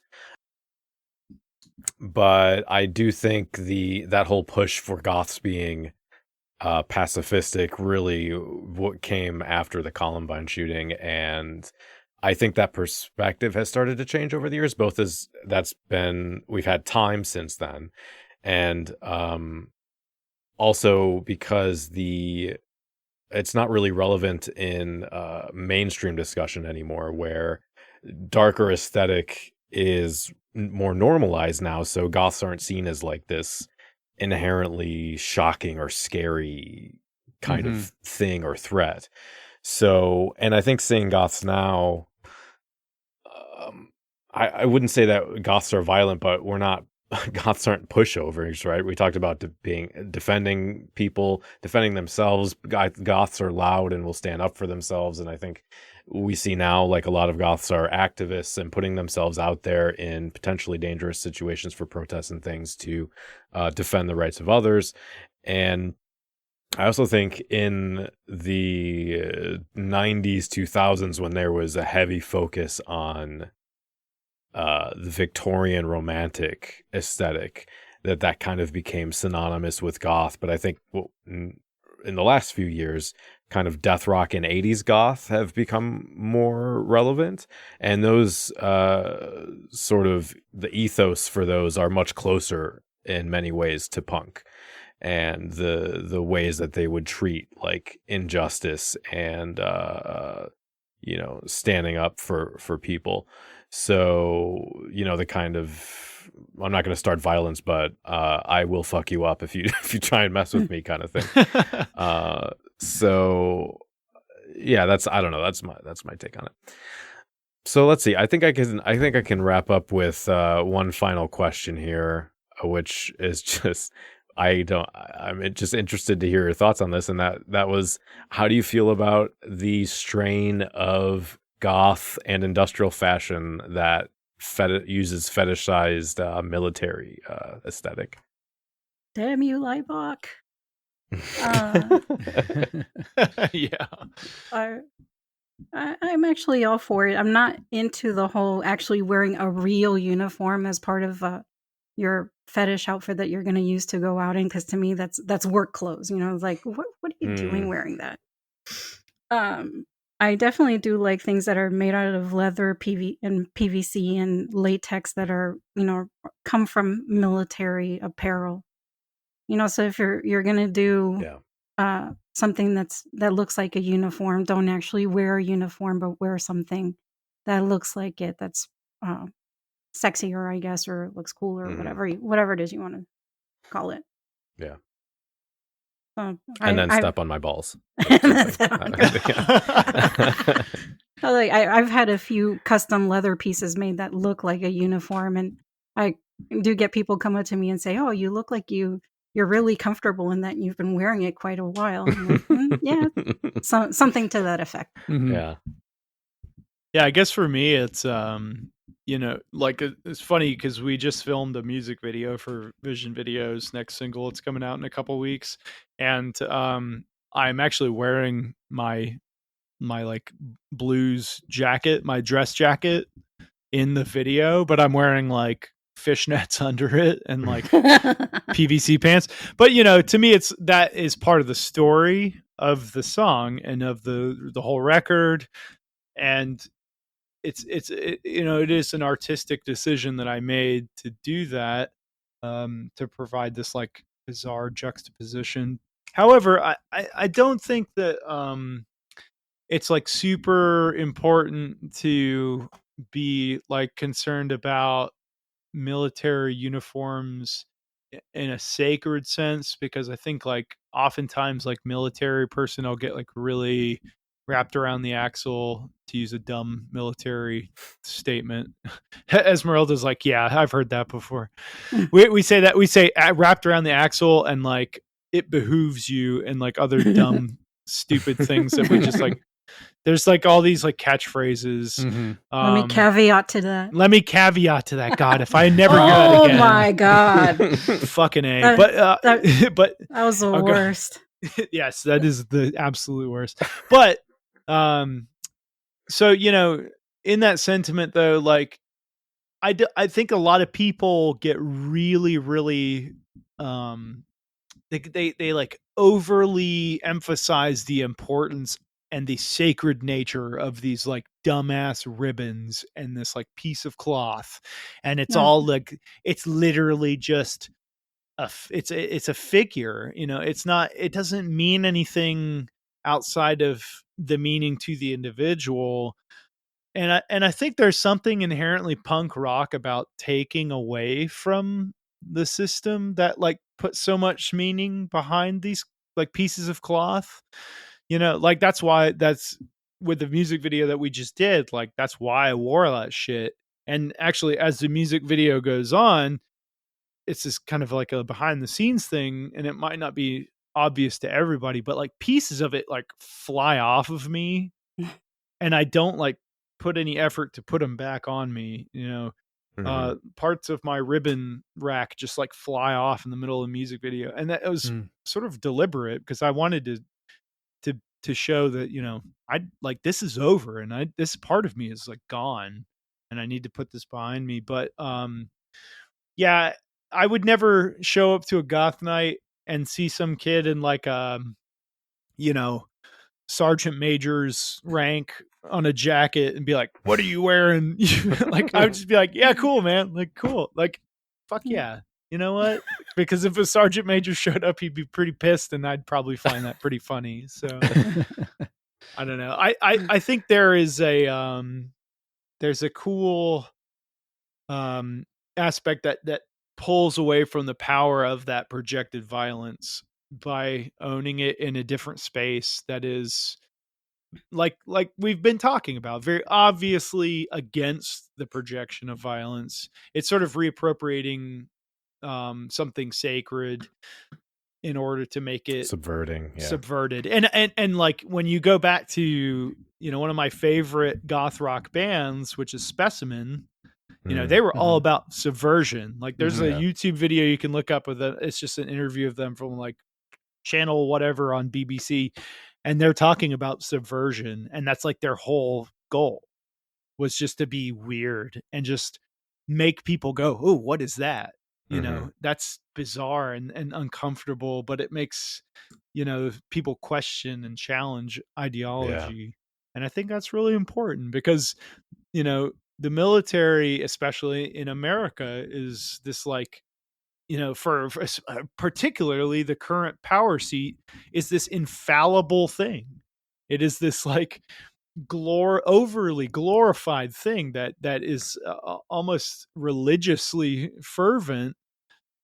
And if you take power away from that, you take power away from those people. And I don't know. It's there are many things to venerate in the military, and I think so. This will be like my last thing because I'm super talkative, and I'm so sorry that you have to listen to all this shit. But like, you know, when I was in Germany, I went to France and I went to Normandy. You know, and my grandfather's like was second wave on Omaha Beach, and I actually got to go like where he came in on the beach.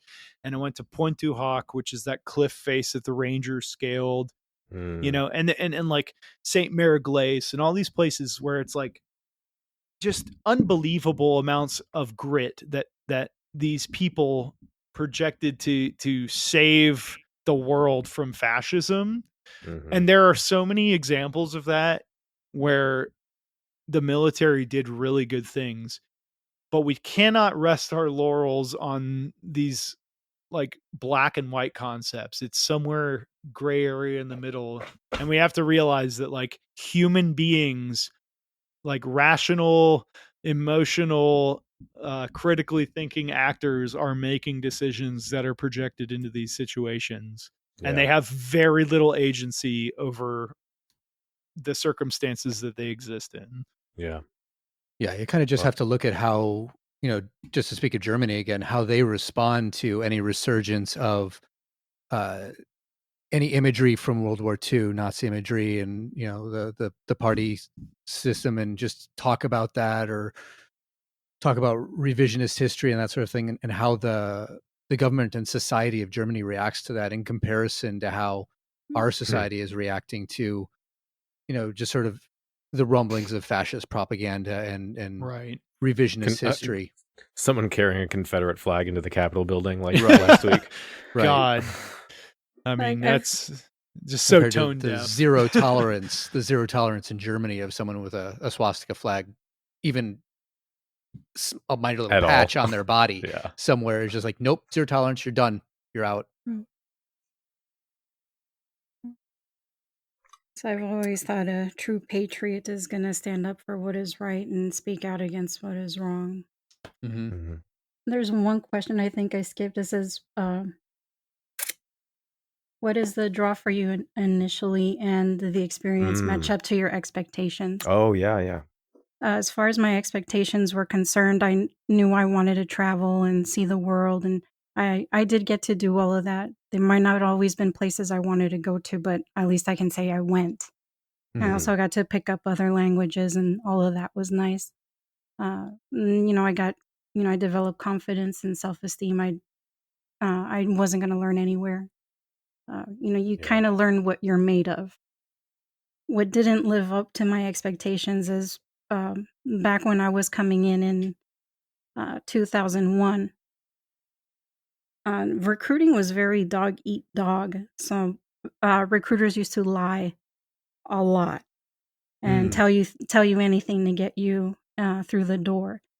Sometimes they still do, but it's not anywhere near as bad as it was back in the day. So I got told I was going to be working in Arlington Cemetery and in a hospital.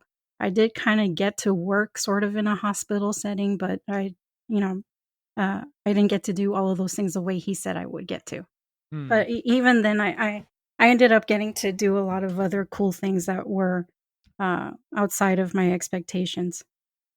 I also didn't realize I was going to get paid more while on deployment, so that was really nice. Mm-hmm. Yeah.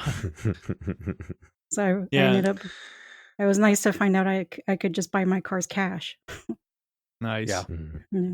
Yeah. To caveat off what you were saying. Oh no! No, but in all seriousness, there are many. I always hope that I don't paint my military service in this like ultra negative way, because I went through this like very extreme emotional reaction to stimuli that was projected upon me, and it was mostly because I read too much French existentialism when I was in high school. But like the reality is like, when I left the army, like I bought a house here in Athens, as a firefighter, which we don't, nobody, there's a saying in the fire department, nobody ever got rich firefighting. I'm able to pursue this musical career that I'm going into now because of the military, because of the financial stability. I was able to travel literally all over the world. I've been to, I have no idea how many countries at this point.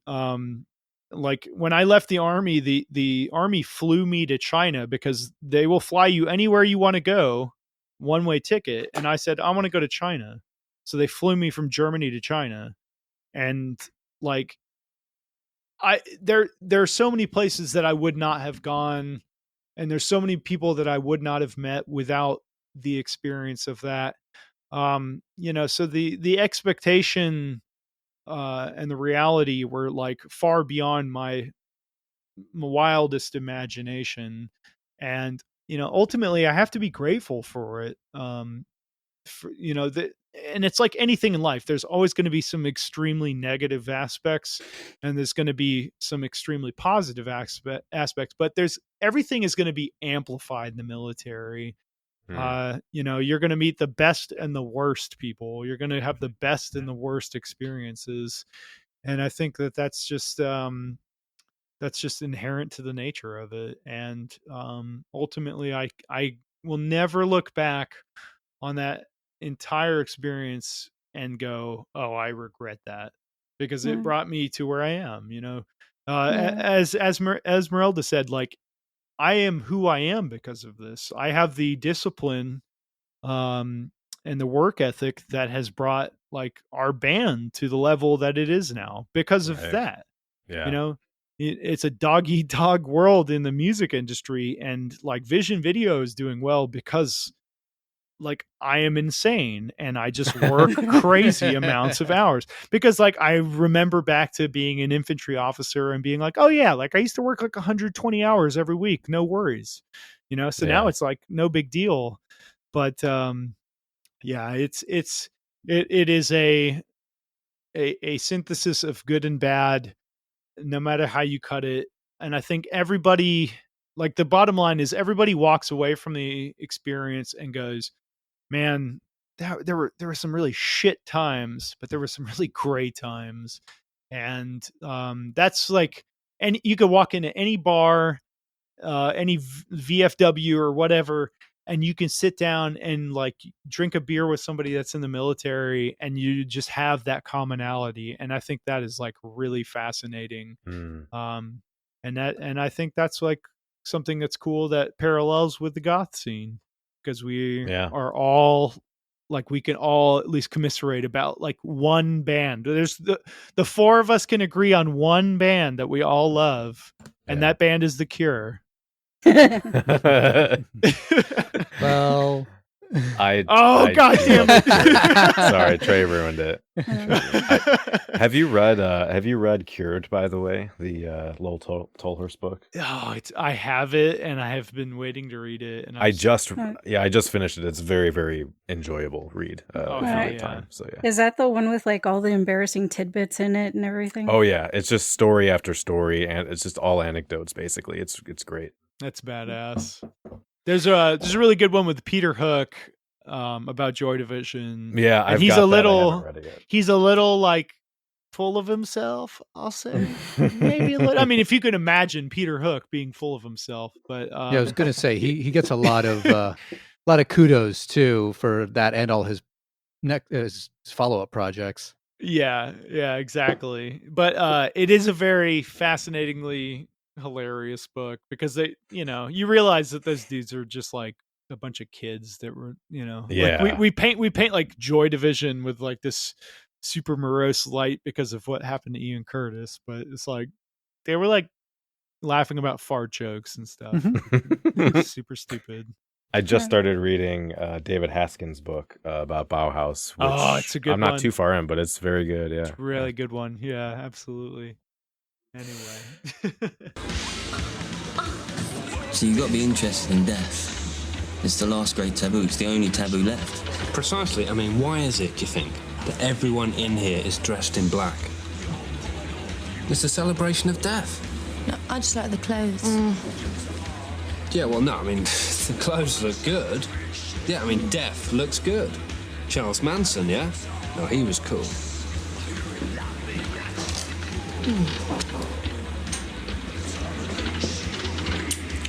Don't know if I mentioned it before, but I'm actually a vampire.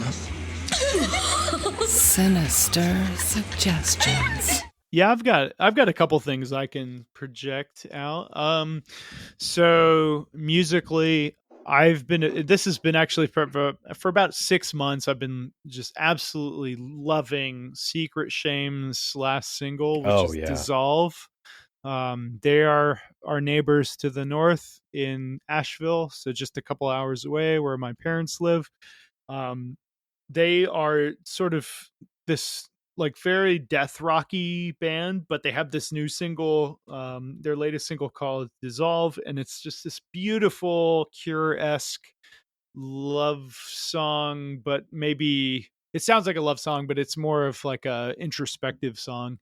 And it's just so gorgeous. And Lena has these absolutely beautiful vocals. Highly recommend that. And in keeping with our theme, movie-wise, if you have not seen it, I don't know the director, but there is a John Carpenter love story film called VFW. And it's about these Vietnam vets that run this VFW bar, and they're just getting hammered. And like, it's one of their birthdays, and they're going to go to a strip club, and like shenanigans happen with this drug dealer, and they end up having to barricade against these like drugged out zombies.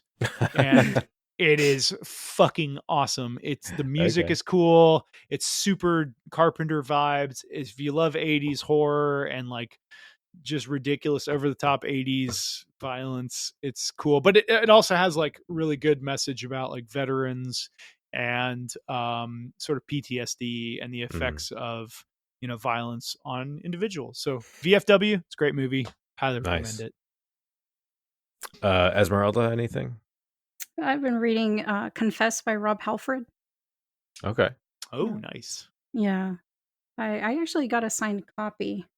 You know, he doesn't actually sign it. He just signs a piece of paper and they stick it inside of the book. Right. But, you know, Sure. it's still nice to have.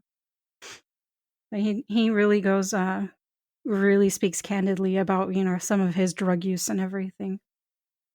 And that's where the part that I'm in right now. Very cool. Trey, what about you? I've got, unfortunately, not much. I've not I've not been consuming much media lately. I've been swamped with a lot of other stuff and just. That's fine. Yeah. My life's been kind of crazy. I've got enough for both of us because I have 3 recommendations. So recently this cute little indie game came out called Cyberpunk 2077. I don't know if anyone's heard of that before. I mean, I have been playing a lot of that, so I do have that in my. Would you recommend people play it though? On PC, yes. Yeah, on PC, yes.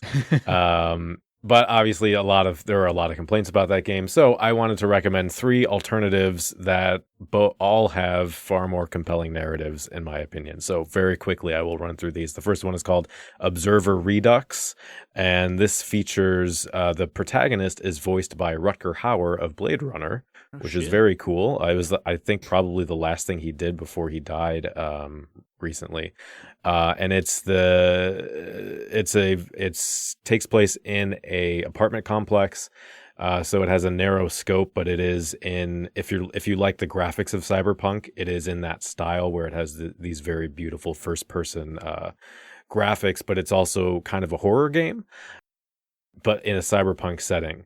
And it kind of explores consciousness and the mind and artificial intelligence in much more depth than anything in Cyberpunk, and it's really focused on that. And I think it's a very fun game to play. The other one is called Cloudpunk.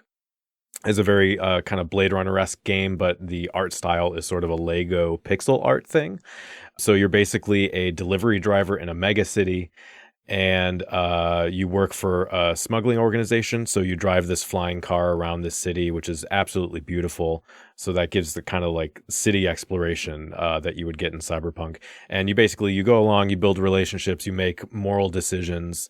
The story itself is very leftist leaning in the themes. There's like commentary about trans rights and other issues, but through the lens of a cyberpunk setting, which is really cool. So it's probably my favorite game of the 3. So that was a pleasure to play. And then the last one is called Red Strings Club, which is by Devolver Digital. Your character is a information broker that works in a bar that is also has something supernatural going on. And I don't want to say too much about the story because it's best to play it blind, but it focuses on the themes of the game kind of focus on ontological questions about what makes us human, and like is suffering a necessary part to being human. And there's some focus on like corporations and capitalism and stuff, but it's the art style it's like a 2D kind of comic book pixel art kind of thing, and it's a fantastic story with a lot of diverging paths, so you can play it multiple times to kind get of an adventure game style, isn't it? Basically, point and click mystery adventure type deal. Not really point and click. The game mechanics itself are pretty simple. You don't really move around. You go to set piece basically. But it's similar to that. That's and then really cool. I guess honorable mention would be Shadowrun Dragonfall, which I've never played, but I've heard it's so one of the good. best cyberpunk games ever. I just bought it, so that's going to be the next thing I play. Yeah, that's a deep dive. Like, it's really involved, but I think you're going to be very pleasantly surprised with the story, because the main narrative is just phenomenal. It's so good. It really, really enjoyable. Yeah, I'm looking forward to it. I saved that for last for me because I wanted to. I'm just right tonight. I'm gonna finish the end of Cyberpunk 2077, so then that'll be the next thing that I play. I think. Yeah, I've been holding on the last mission, so I haven't gotten to the end yet. But I'll definitely look up Shadowrun Dragonfall. It's in my Steam library. I just haven't done anything with it yet. If we're talking games, one I'm kind of excited about that just recently came out was the giant mod for Fallout New Vegas called The Frontier. Oh man, yeah. Which is taking place I haven't heard of that. Yeah, it's so cool. They made a completely new game, and you're in Portland, and it's based. They repurposed the Fallout New Vegas engine for a fan made mod. It's on Nexus, and it's also on Steam. I'll check it out. It's on Steam too, so you can get it on Steam or Nexus. It looks really cool. I loved Fallout New Vegas from the Fallout series, so seeing another one, my favorite, hands down. Agreed. I need to revisit it because I played it. A friend bought it for me when it came out, and I played about 15 hours, and then my hard drive died. Oh. And at the time, I was like, I'm not going to do that again. Yeah. So actually, speaking about war, that has the best war, narrative ever.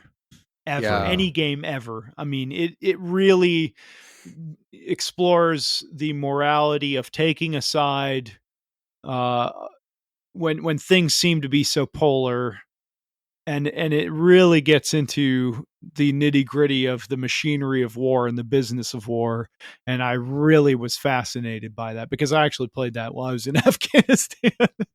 I was like, oh, this is kind of like the same shit. So this is horrible. And it sounds like, from what I've seen of the Frontier, it sounds like they're doing a lot of very similar stuff where they've got those very clear factions that you're joining, and there's the conflict over territory and whatever, always the stuff in Fallout. But it sounds like it's very much designed. You have to pick a side, and you can't really do the middle road like you can in New Vegas, but you want to play it 3 times so you can see the whole story, because they're very unique things that happen depending on which faction you're a part of. And it does have Caesar's Legion and the NCR, but there's also it's not the Brotherhood of Steel. It's a variant that is similar, but it's a splinter group, which sounded really interesting too. So those are kind of the 3 organizations, and it sounded really fascinating. So I just kind of fell across that a little bit ago, and it was just released on the big platforms. I think it actually took Nexus down when it first came out. Wow. It totally broke Nexus, but now it is on Steam. And I think it's a little more stable because it's a Steam mod and it's part of their mod library. So it has the whole built-in installer, and you don't have to do all the manual stuff that you usually do for Bethesda modding. And then go ahead. Oh, I was just going to ask if it was totally fine with y'all, because my band members would just kill me if I didn't plug our upcoming stuff. That's actually the last thing we usually say hey, do you have anything you want to plug, is how we usually ended up. So, and right before I say that, I was just going to say my top played song of 2020, was the ultra catchy In My Side that everyone should go listen to. Thank you so much. I've already got the Bandcamp page up, so I'm going to checking it out right after this. So yes, let's do that. Before that, thank you both for coming on to talk about this very complex and personal topic. Please let us know, Dusty, we can start with you, where we can find all your stuff and where we should check you out. Sure. So I am the lead guitarist and vocalist of the band Vision Video. We are putting out a full-length record in April, but to predicate that, we'll be putting out 3 singles, the first of which is going to be Static Drone, which will be released on February 3rd. We do have a couple singles out already. So if you go onto Spotify, Apple Music, Tidal, any of your favorite, digital streaming platforms, we're on there. We're also on YouTube. But Instagram is our most commonly updated thing, and that's just Vision Video Band, at Vision Video Band. So come check us out. We are heavily for fans of The Cure, Joy Division, The Smiths, sort of old school post-punk and goth rock, but with a sort of modern poppy slant to it. And we'd love to have you come along with us. So come check us out. And Esmeralda? I am on Instagram under Lala Skin and More, all one word. I operate out of Beautiful You Hair and Nail Salon here in San Antonio, Texas. Mm-hmm. Also, my significant other is the resident DJ at Temple of Flesh here in San Antonio, which is a long-running fetish night. Usually that's the last Sunday of every night, and hopefully when all this corona business calms down, we can all get back to it. So come on out and see us later. Cool. Very cool. Esmeralda, I'm going to come get my nails done with you as soon as this is done. Oh, I would love that. As long as it's not a pedicure, I'm perfectly fine. No, just some paint. Just some spray paint. Yes, and I will have links to all of that in the show notes, so everybody go click those buttons and check them out. And that will be it for our first episode of the year. We've got a whole bunch of topics planned for the rest of the year, a lot of interesting things. If you're on our Patreon page, you'll sort of have our full schedule as it is so far for the year. And that's again at patreon.com/Cemetery Confessions. I also recently posted a follow-up video for my interview on Obscura Undead. If you're actually looking for other content and you want to hear me talk about gender and sexuality as it relates to my personal life and the goth scene, and speak with Azzy and Skullgirdle, head over to Obscura Undead's YouTube channel and you can check that out. I also posted a quick follow-up video on our Patreon page to talk a little bit more, expand a little bit more on that subject. But we had a whole 2-hour or so just long discussion, and we played some music and got drunk, or at least I got drunk, and had a good time. So definitely go check that out. But next month we will be back again with a panel episode. We're going to be having several guests on for a chat. We're going to be each bringing our own topic, and we're just going to have a laid back, relaxed conversation about the goth community, very much in the spirit of what inspired me to start this show in many ways, of having through my life those conversations at 1 a.m.